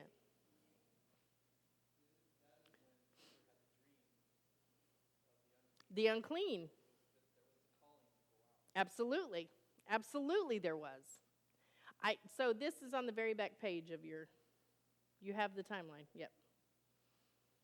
Okay, so the question is, was Jesus just another man? In speaking to his disciples, Jesus asked them a question in Matthew chapter 16 and verse 13. Whom do men say that I, the Son of Man, am? They gave him the popular answers that were circulating through the crowds at the time. But he then shifted his focus to take a more personal tenor. But who do you say that I am? That same question has been sounding down through the ages, and the answer, while evidenced through archaeology and the annals of history, has to be determined on an individual basis. Jesus said in John chapter 8 and verse 36, that if the Son therefore shall make you free, ye shall be free indeed. People in today's world of crisis and conflict are desperate for hope. For those who make the choice to believe the claims of a homeless pauper spoken 2,000 years ago, they find it.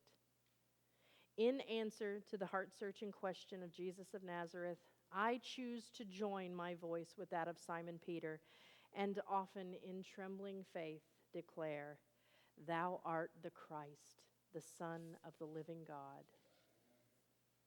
As we continue our journey along the road to freedom from worry, guilt, and fear, we need to come face to face with who and what we're up against and discover the keys to understanding the battle that is raging between the forces of good and evil. You won't want to miss it, and we do hope that you'll invite friends and loved ones to join us as we explore these eternally important topics. Closing prayer. See you tomorrow night. So, the culminating series introduces people to Jesus. But not just introduces people to Jesus, introduces the concept of the battle between good and evil, introduces what the plan of salvation is and how it impacts me and you today. We talk about developing and or establishing or promoting and developing a prayer life. We talk about how to establish and develop a devotional life and a study life. We talk about the importance of forgiveness. Forgiveness is key. And we also talk about something that I think would have kept me in the church when I left the church right after I had been baptized. And that's how to avoid the trap of being offended by Christians who don't know how to behave themselves. I mean, truly. It's called the bait of Satan, and we talk about how to keep in mind it's not about me, okay?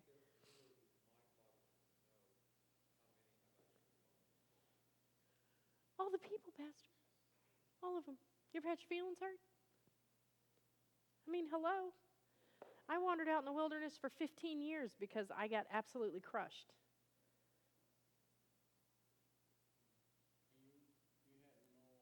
I had no foundation.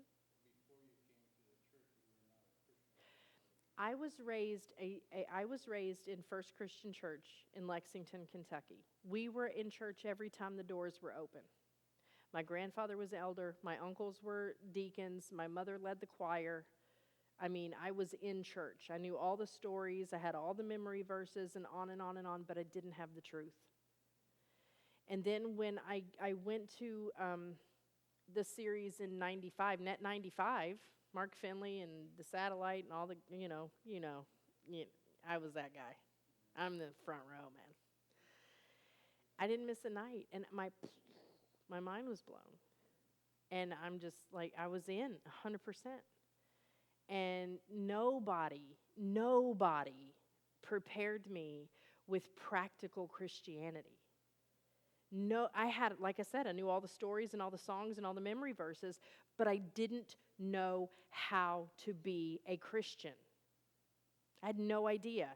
And the prophecy series, the evangelistic, plug your ears, Pastor, the prophecy series, it did nothing to prepare me for the war that I had just waged on the devil's battleground. And I was slaughtered. And not one member of my church ever checked on me. Not one. Girl, they're still too busy because I've still never been called. And I've preached in that church since. They've never put two and two together, and they have no idea. They have no idea who I am.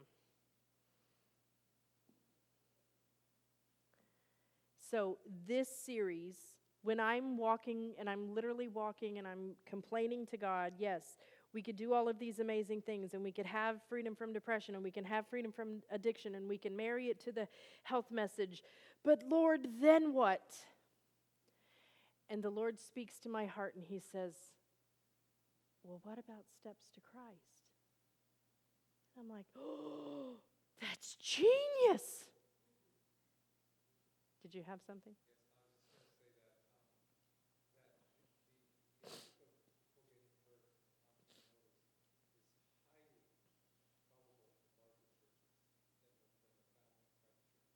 Mm-hmm.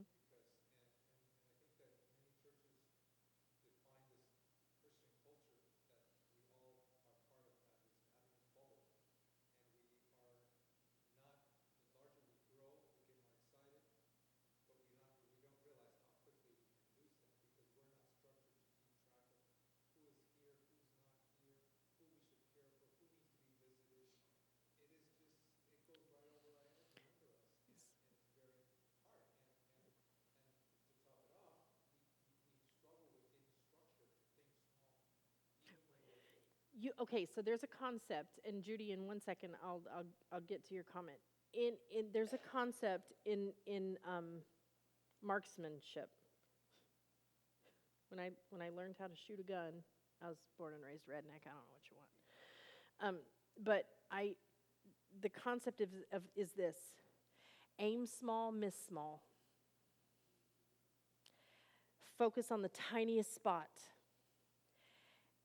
Zoom in on the tiniest spot. And if you miss, you might miss, but you're not going to miss by much. And if we think small, we'll miss small.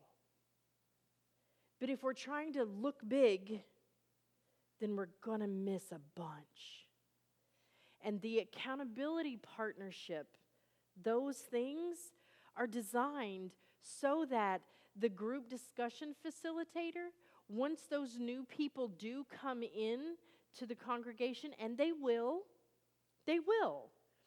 once they come in, that group discussion facilitator already has a connection with them, as well as the other people that were in that group discussion, that group. And the whole point is that you look out for each other. You look out for each other. You develop a mentorship-protege relationship. Paul had Timothy, but he also had Barnabas, right? I mean, it's the Apostle Paul. He needed a mentor? Yeah, he did. Do you have a mentor, Pastor? I have several. And I have several people that I'm working with also.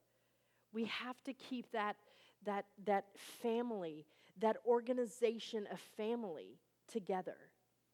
What was the power of the early church? They loved each other. They cared about what each other was going through. Without their love for one another, they would have never received the gift of the Holy Ghost. Never. So, yes, and when you have that culture of genuine care and concern, you're no longer cultural Adventists. It is a culture of biblical Christianity, and that's what it's all about. Judy.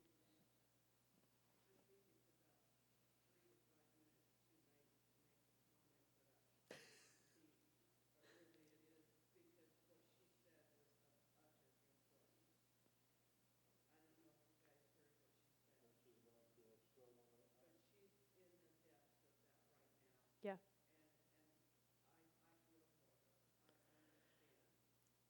It is a lonely, painful place to be. It's hard.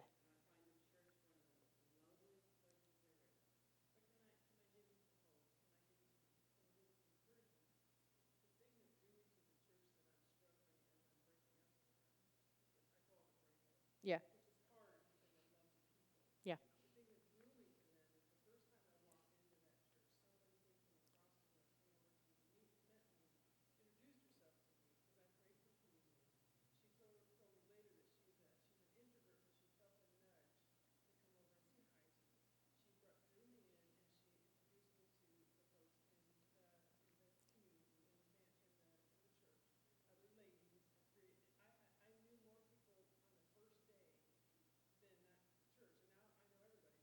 Mm-hmm.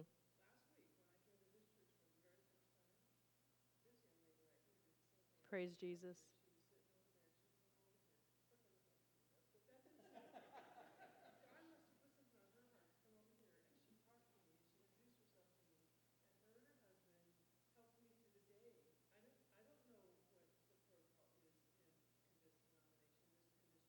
Mm-hmm.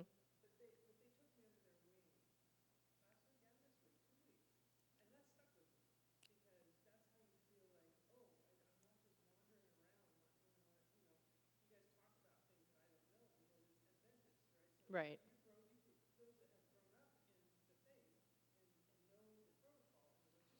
Mm-hmm. Yeah, me too. Very. Mm-hmm.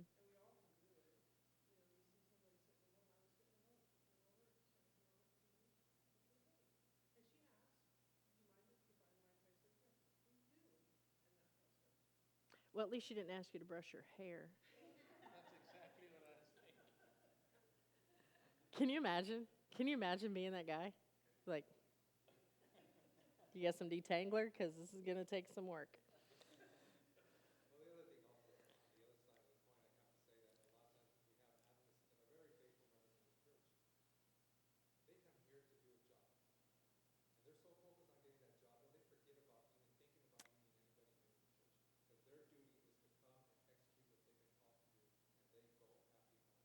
Yeah. And that's very sad because we have had people come to this church.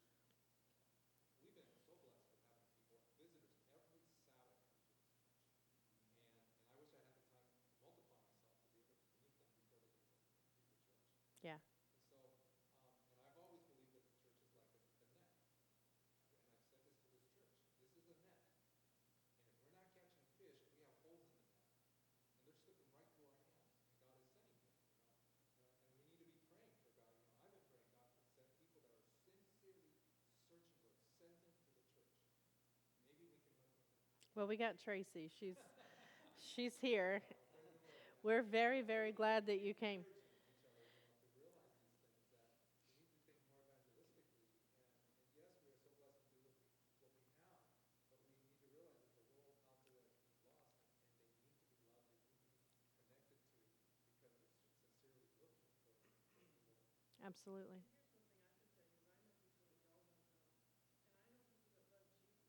Here's one thing I can tell you is I know people that y'all don't know, and I know people that love Jesus, Yep. but they don't know, they haven't discovered the truth. Yep. And when the Holy Spirit convicted me about a month or two ago, that's it. That's it. And I have a lot of evangelistic friends that don't understand, that don't understand. And so Yep. planting seeds, I might never reap the harvest from that, but I might be able to plant the seeds because it's in Yep. my 100%. And the network, we don't know how broad our individual reach is. I mean, we just truly have no concept. And so when you reach that one could reach another 100. And we just don't know. So we have to be willing. And just like I preached, I don't know, a couple weeks ago, and I was talking about an interview that I had with someone who was in active addiction. And she said, "Girl, you don't even understand. We don't have the ability to want to be clean. Do you have a God that can do that?" And I'm like, I absolutely do. Would you like to meet him? I'll take you to meet him right now. And, so we don't know.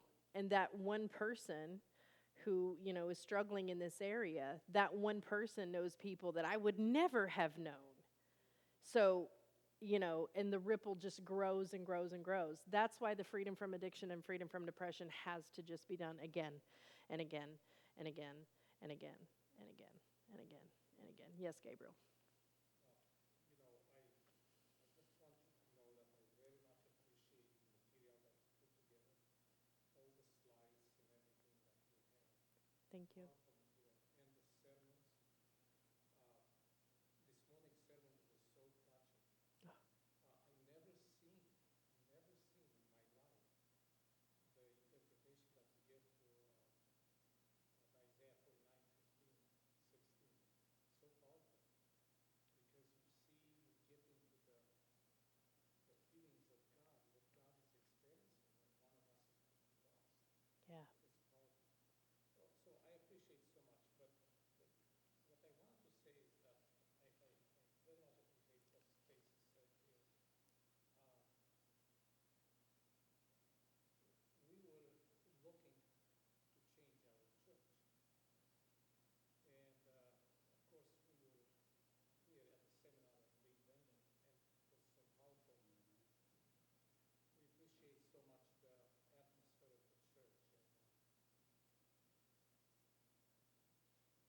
And one of the things that was a determinant factor, one of the factors that was determining in moving our membership here, was what the pastor said on the platform. I don't know where he came from, but that's probably what I needed to hear. If you come here, we are going to love you. Now, I don't know exactly what he meant by this. I still trying to understand. But the reality is that every one of us desire to be loved.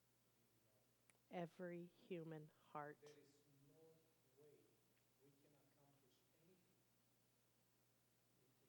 love people That's right. where they are. Not necessarily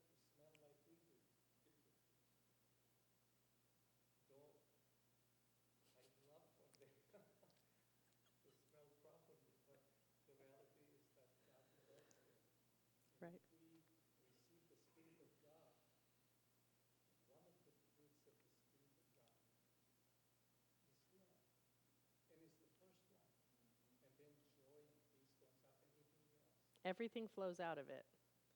So I'm so grateful for your ministry. Oh, praise God. Deeply indebted to God that I came in contact with you sincerely. Praise the Lord. I have labored over this precious little struggling ministry for what is it now, babe? 6 years? 6 years now? And, COVID has done a number on many, many, many aspects of ministry and how we do church and all of those things. And the Lord has seen fit to hold things together, to see, things through to fruition, even in the most challenging of times. And everything that I am gets poured into this ministry. Everything. Yeah.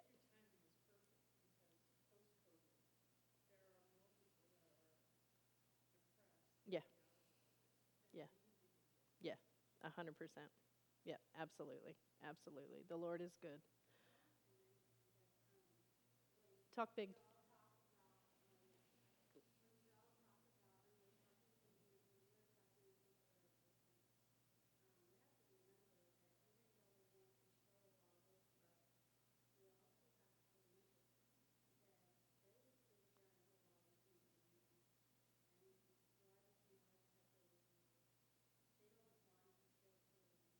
Yeah. Yeah.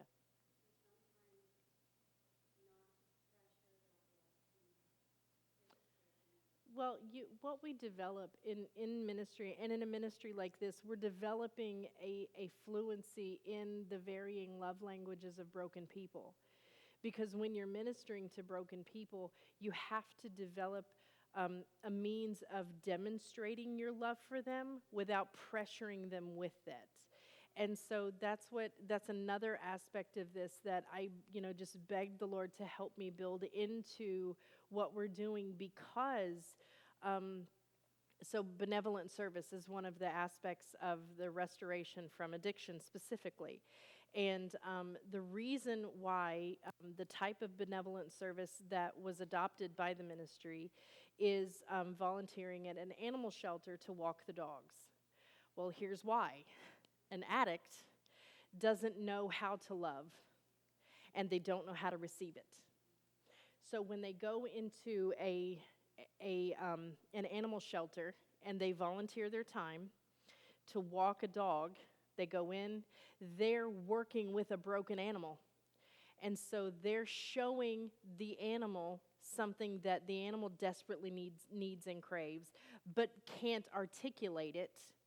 And they're receiving from the animal that same thing.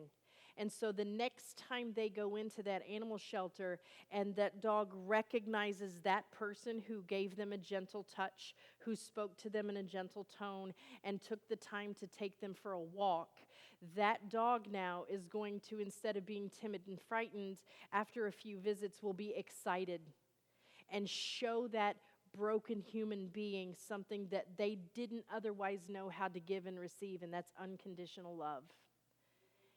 And so that's why the benevolent service aspect of the Freedom from Addiction program focuses on those kinds of things, because we are dealing with broken people who don't know how to have, they can't string two bright days together. And so we can't expect certain levels of, appreciation or even acceptance of the attention and the love and the compassion that is being shown to them. They don't even recognize it, because when you've been abused and beaten for so long, brokenness is a hard, hard, hard thing to overcome. It's so hard for them. And so that's why many of the aspects that are built into the program are done so, is with the broken people in mind. Every single slide, I would pray over and just beg God, Lord, please let me reach this person. And I would think of just the most, desperate situation in my personal experience. And I would ask the Lord, please reach my Teresa in this slide. Please reach me 28 years ago in this slide.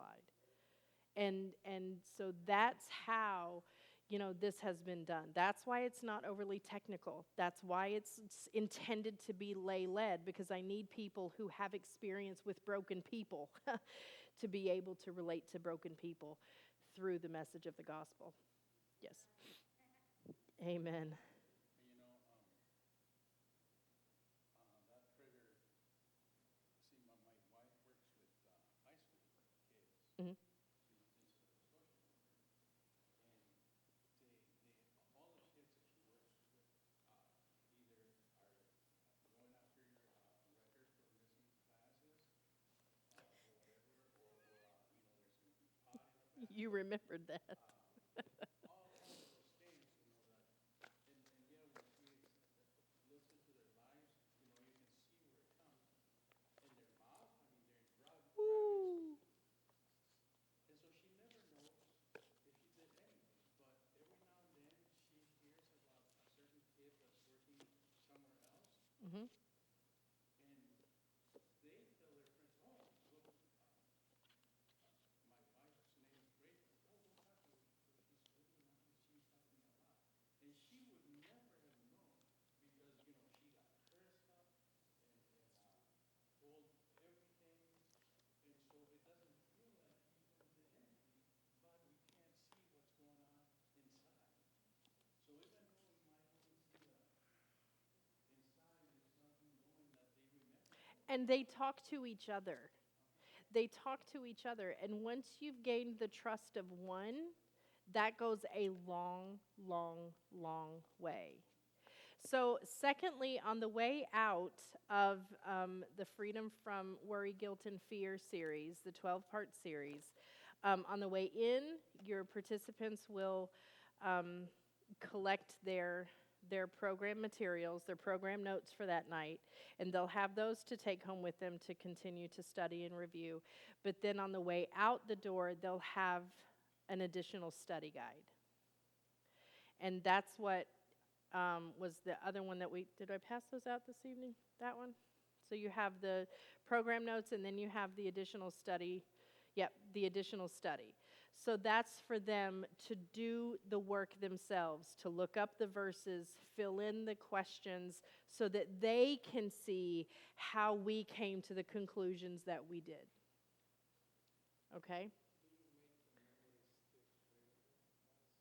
Yes.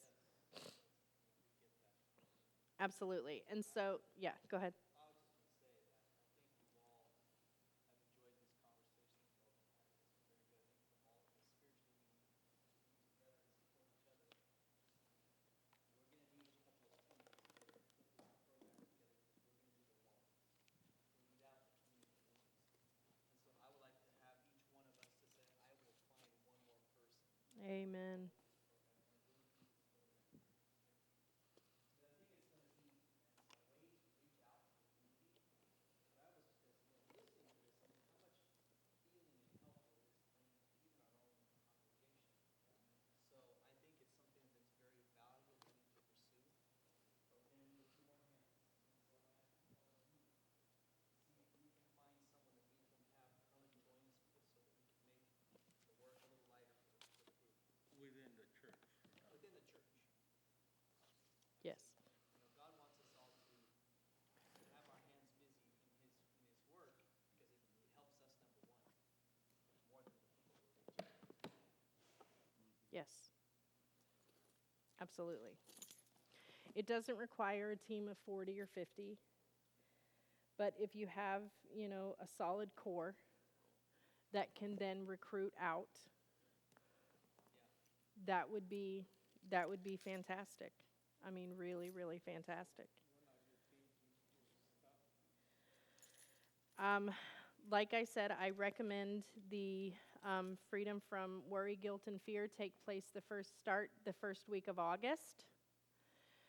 And from that first week of August backwards, you need to have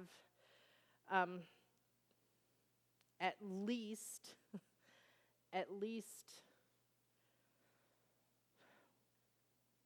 one, if not two, cycles of the freedom from addiction and depression. So you count backwards from that 24 weeks, and we started yesterday. Well, I mean, one of the things we like to work with is with a timeline, so that we Yeah. can kind of put dates and times in place. But I think we have to be kicking off sometime late February, March at the latest to At the get latest. this through in the cycle before we have the other campaign that begins in October. Yeah, so if you were to start the first week of March with your Freedom from Depression series on Mondays, then that will give you at least a good rotation of those programs to be able to reach as many people as possible, and then move into your general health and wellness program is going to take place on a Sunday. So that's going to be running for those 6 weeks. It's running simultaneous with your Monday. So you've got Sunday and Monday for 6 weeks. But then after that, to be able to invite the people to this Freedom from Worry, Guilt, and Fear, where you have 12 presentations on practical Christianity, how to have a relationship with Jesus before you do before you do your larger prophecy campaign in October. That's going to give you the deepest impact so that you can have the most success in reaching as many of the people that Tracy's talking about, the people who are looking, the people who are longing, and the Holy Spirit is working in this community. He is absolutely at work in this community. She's living, breathing proof sitting right here. Yes. Then at one time you had like a questionnaire or that we were going to go through the community and asking people. When was our Yeah, the community, survey? yeah, When is that gonna so the community survey, when I come back next Sabbath, I am coming back next Sabbath, right? When I come back next Sabbath, we're going to go through the community survey. I'm going to show you how to do it, and Lord willing, we're going to break up into a couple of teams, and we're going to go knock on some doors in the community. So that's even prior to this kicking off, Mhm. right? Okay. Yeah. It's all part of it, but yes, it is prior to the team selections, but we're going to have some dates that we've targeted as this is our start date. Right, right. We But have I this was, time to put the teams together, who's going to be the speakers, who's going to be the facilitators. Yep. yeah, because I was hearing us starting that, but then I thought Yep, I had that's missed, next that's next Sabbath. Yep. Nope, I'm out of town the first Saturday in February. So the 28th. I close on a house on the 30th. So I won't be here. Bad Blair. Yeah. It's a big date. Are you going out of state? Yeah. For that? Mhm.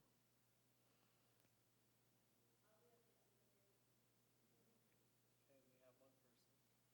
Awesome. I'll do something. Whatever. I have a question.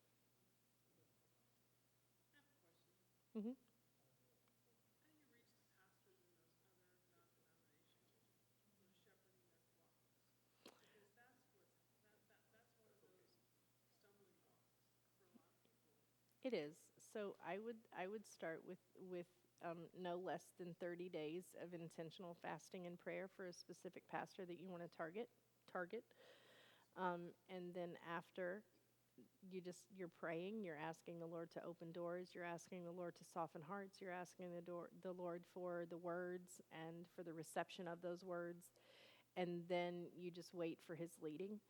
And you, in the midst of that 30 days, you're asking the Lord to lead you to the materials or to the studies or to the information that He would have you share with Him. Because if you are able to crack that shell and get into the heart of that pastor that is shepherding his flock, and if he is a beloved pastor, not only have you won the pastor to the truth, but you have won his flock. And that, talk about fishing, pastor. That's deep sea right there. Yeah, absolutely. Yes, ma'am. For a 21-day fast, and so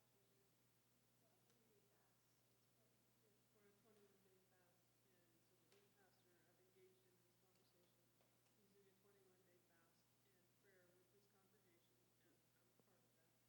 He's doing a 21-day fast and prayer with his congregation, and I'm part of that. But Absolutely. What's his name? Chris Boyd, Pardon? Chris Boyd, Voight. Boyd, he's at Dayspring Church out in Kaiser. Okay. And it's interesting because You writing this down, Pastor Ben? I'm asking Pastor Ben if he's writing this down. Day Spring Church out in Kaiser. Boyght. Yeah. And it's interesting because I've engaged him in this conversation, and I know you're not going to win a religious argument with someone that's in that kind of a position. So I engaged him with telling him that the truth is I'm on a journey. I'm on a spiritual journey. I'm a truth-seeking journey for myself, Mhm. and I feel really convicted about this. And what started this was I watched the series as in the days of Noah. Mhm. And it's interesting because I didn't know anything about it. You guys are all smiling because you probably know about it. We're And, actually gonna show a preview of that next Sabbath. but that's good. You ought to because that's a good one. So what's interesting is I actually am listening to you, sir, that you talked about your wife in the high school ministry. I'm a small group leader in that church, or I was, Mhm. with the high school students and the girls. And so I engaged with the youth pastor, who's younger than my daughter, actually. And same thing. I just said, hey, I watched this. I watched. Would you watch it so we could reason together? I just want you to see it, and then I'll see it, and let's talk about it. First thing he said is, well, do you know that that's put on by the Seventh Day Adventists? And I'm like, okay. And so there's a preconceived idea. Oh, we know the stigma. Yeah, I We bet you yeah, guys do. we So know. I don't know it because Yeah, yeah. and I'm like, okay, so what? So just watch it and let's talk about it. And so praying for him, and then again this lead pastor. Mhm. Then I engaged the lead pastor, and he's busy. He's busy, and so I get that he's busy. He's got stuff going on in his church, and he says, but I will follow up on this. And so then I'm studying and I'm watching. It is written, and I'm like, and again, that's another Seventh Day. I don't know about this, and I'm like. I'm watching and I'm like, Holy Spirit's I got leading my you. Bible and I'm like, I'm so there it is, excited. there it is. And I'm like, how did you not see this? And we're emailing back and forth. He engaged me, but interestingly enough, and it's Sunday church coming in on Sunday, so I came to Sabbath last week, went to Sunday over there, and they're worried about me. Oh, yeah. And I'm like, and you all know this, but I don't know this. And I'm like, what do we mean? Do you have a Bible? Can you pick up your Bible? Let's talk. That's We're right. not going to do this in the church lobby, right? And so it's interesting how hardened the hearts are, or how I'd say indoctrinated the evangelistic church is. And I didn't really see that because we're supposed to be able to reason together and find the truth. And Amen. that's this journey that we're on. So there are honest-hearted people, and you just pray that the Lord put you in front of the honest-hearted people, the seekers like yourself, the ones who want to know what truth is. And I mean, and that's what Jesus did. He spoke the truth and invited hearers. And And the fact that they cannot accept immediately, we just plant the seed. that's right. And that's okay, and that's where I'm at. And I pray for me too, that I would I have been Mhm. once I want to save everybody. So. Listen, Peter, keep your keep your mouth shut, man. I'm telling you. God has brought you to. And it's not my job to save people. That's God's job. Right. My job is to share. And so I have been sharing. I'm having a lunch with some of the ladies. So I have community over there and some dear ladies. I prayed for community and God was faithful. I believe it was not by accident. Sure. They may or may not. They may or may not. I might plant the seed, but I might not reap the harvest. Yeah. He knows. And so right. that's the part that, So I would just engage in a very intentional set amount of set a season, and intentional fasting and prayer for that specific whatever it is, and just within that prayer and devotion time, ask the Lord to lead you to exactly where it is that He wants you to go, exactly what He wants you to share, because we don't know. Like, we literally don't know. Mine was 1 Thessalonians 5:8. I know it. And when I read it, wait a minute. And I start flipping back and forth. And it's like, put on the breastplate of righteousness. Okay, that's Ephesians. We're good. But in here, the same author says, put on the breastplate of faith and love. Is it the same breastplate? So I go to my concordance and I look up the breastplate. Yep, same word. Okay, we got the same breastplate going. So righteousness is faith motivated by love. What? And so I was off to the races.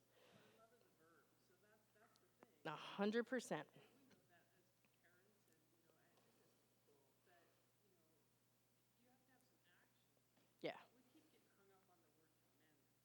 Every place I'm looking, faith in Love. Jesus and commandments. Love, love, love, love, love, love, love, love. It's the two. Well, it's not Love God and love man. Yeah, well, the whole 10 says Yeah. that. And so you go through that. And this all started from a documentary. I want to tell you guys, I had no plans to be sitting in this church today 2 months ago. No plans. Let me tell you, it's not convenient. Well, I'm like, really? I mean, and I'm going to tell you this straight up. Seventh-day Adventism is not a denomination of convenience. That is a guarantee. Well, we're called to be called out of the world. 100%. And I'll share one more quick thing with you. I don't want to take up too much time, but this is another testament. So then I'm reading. Then I want to know more about Seventh-day Advent. So I'm reading. I'm seeking. And it says, no coffee. And I'm like, Pastor Ben.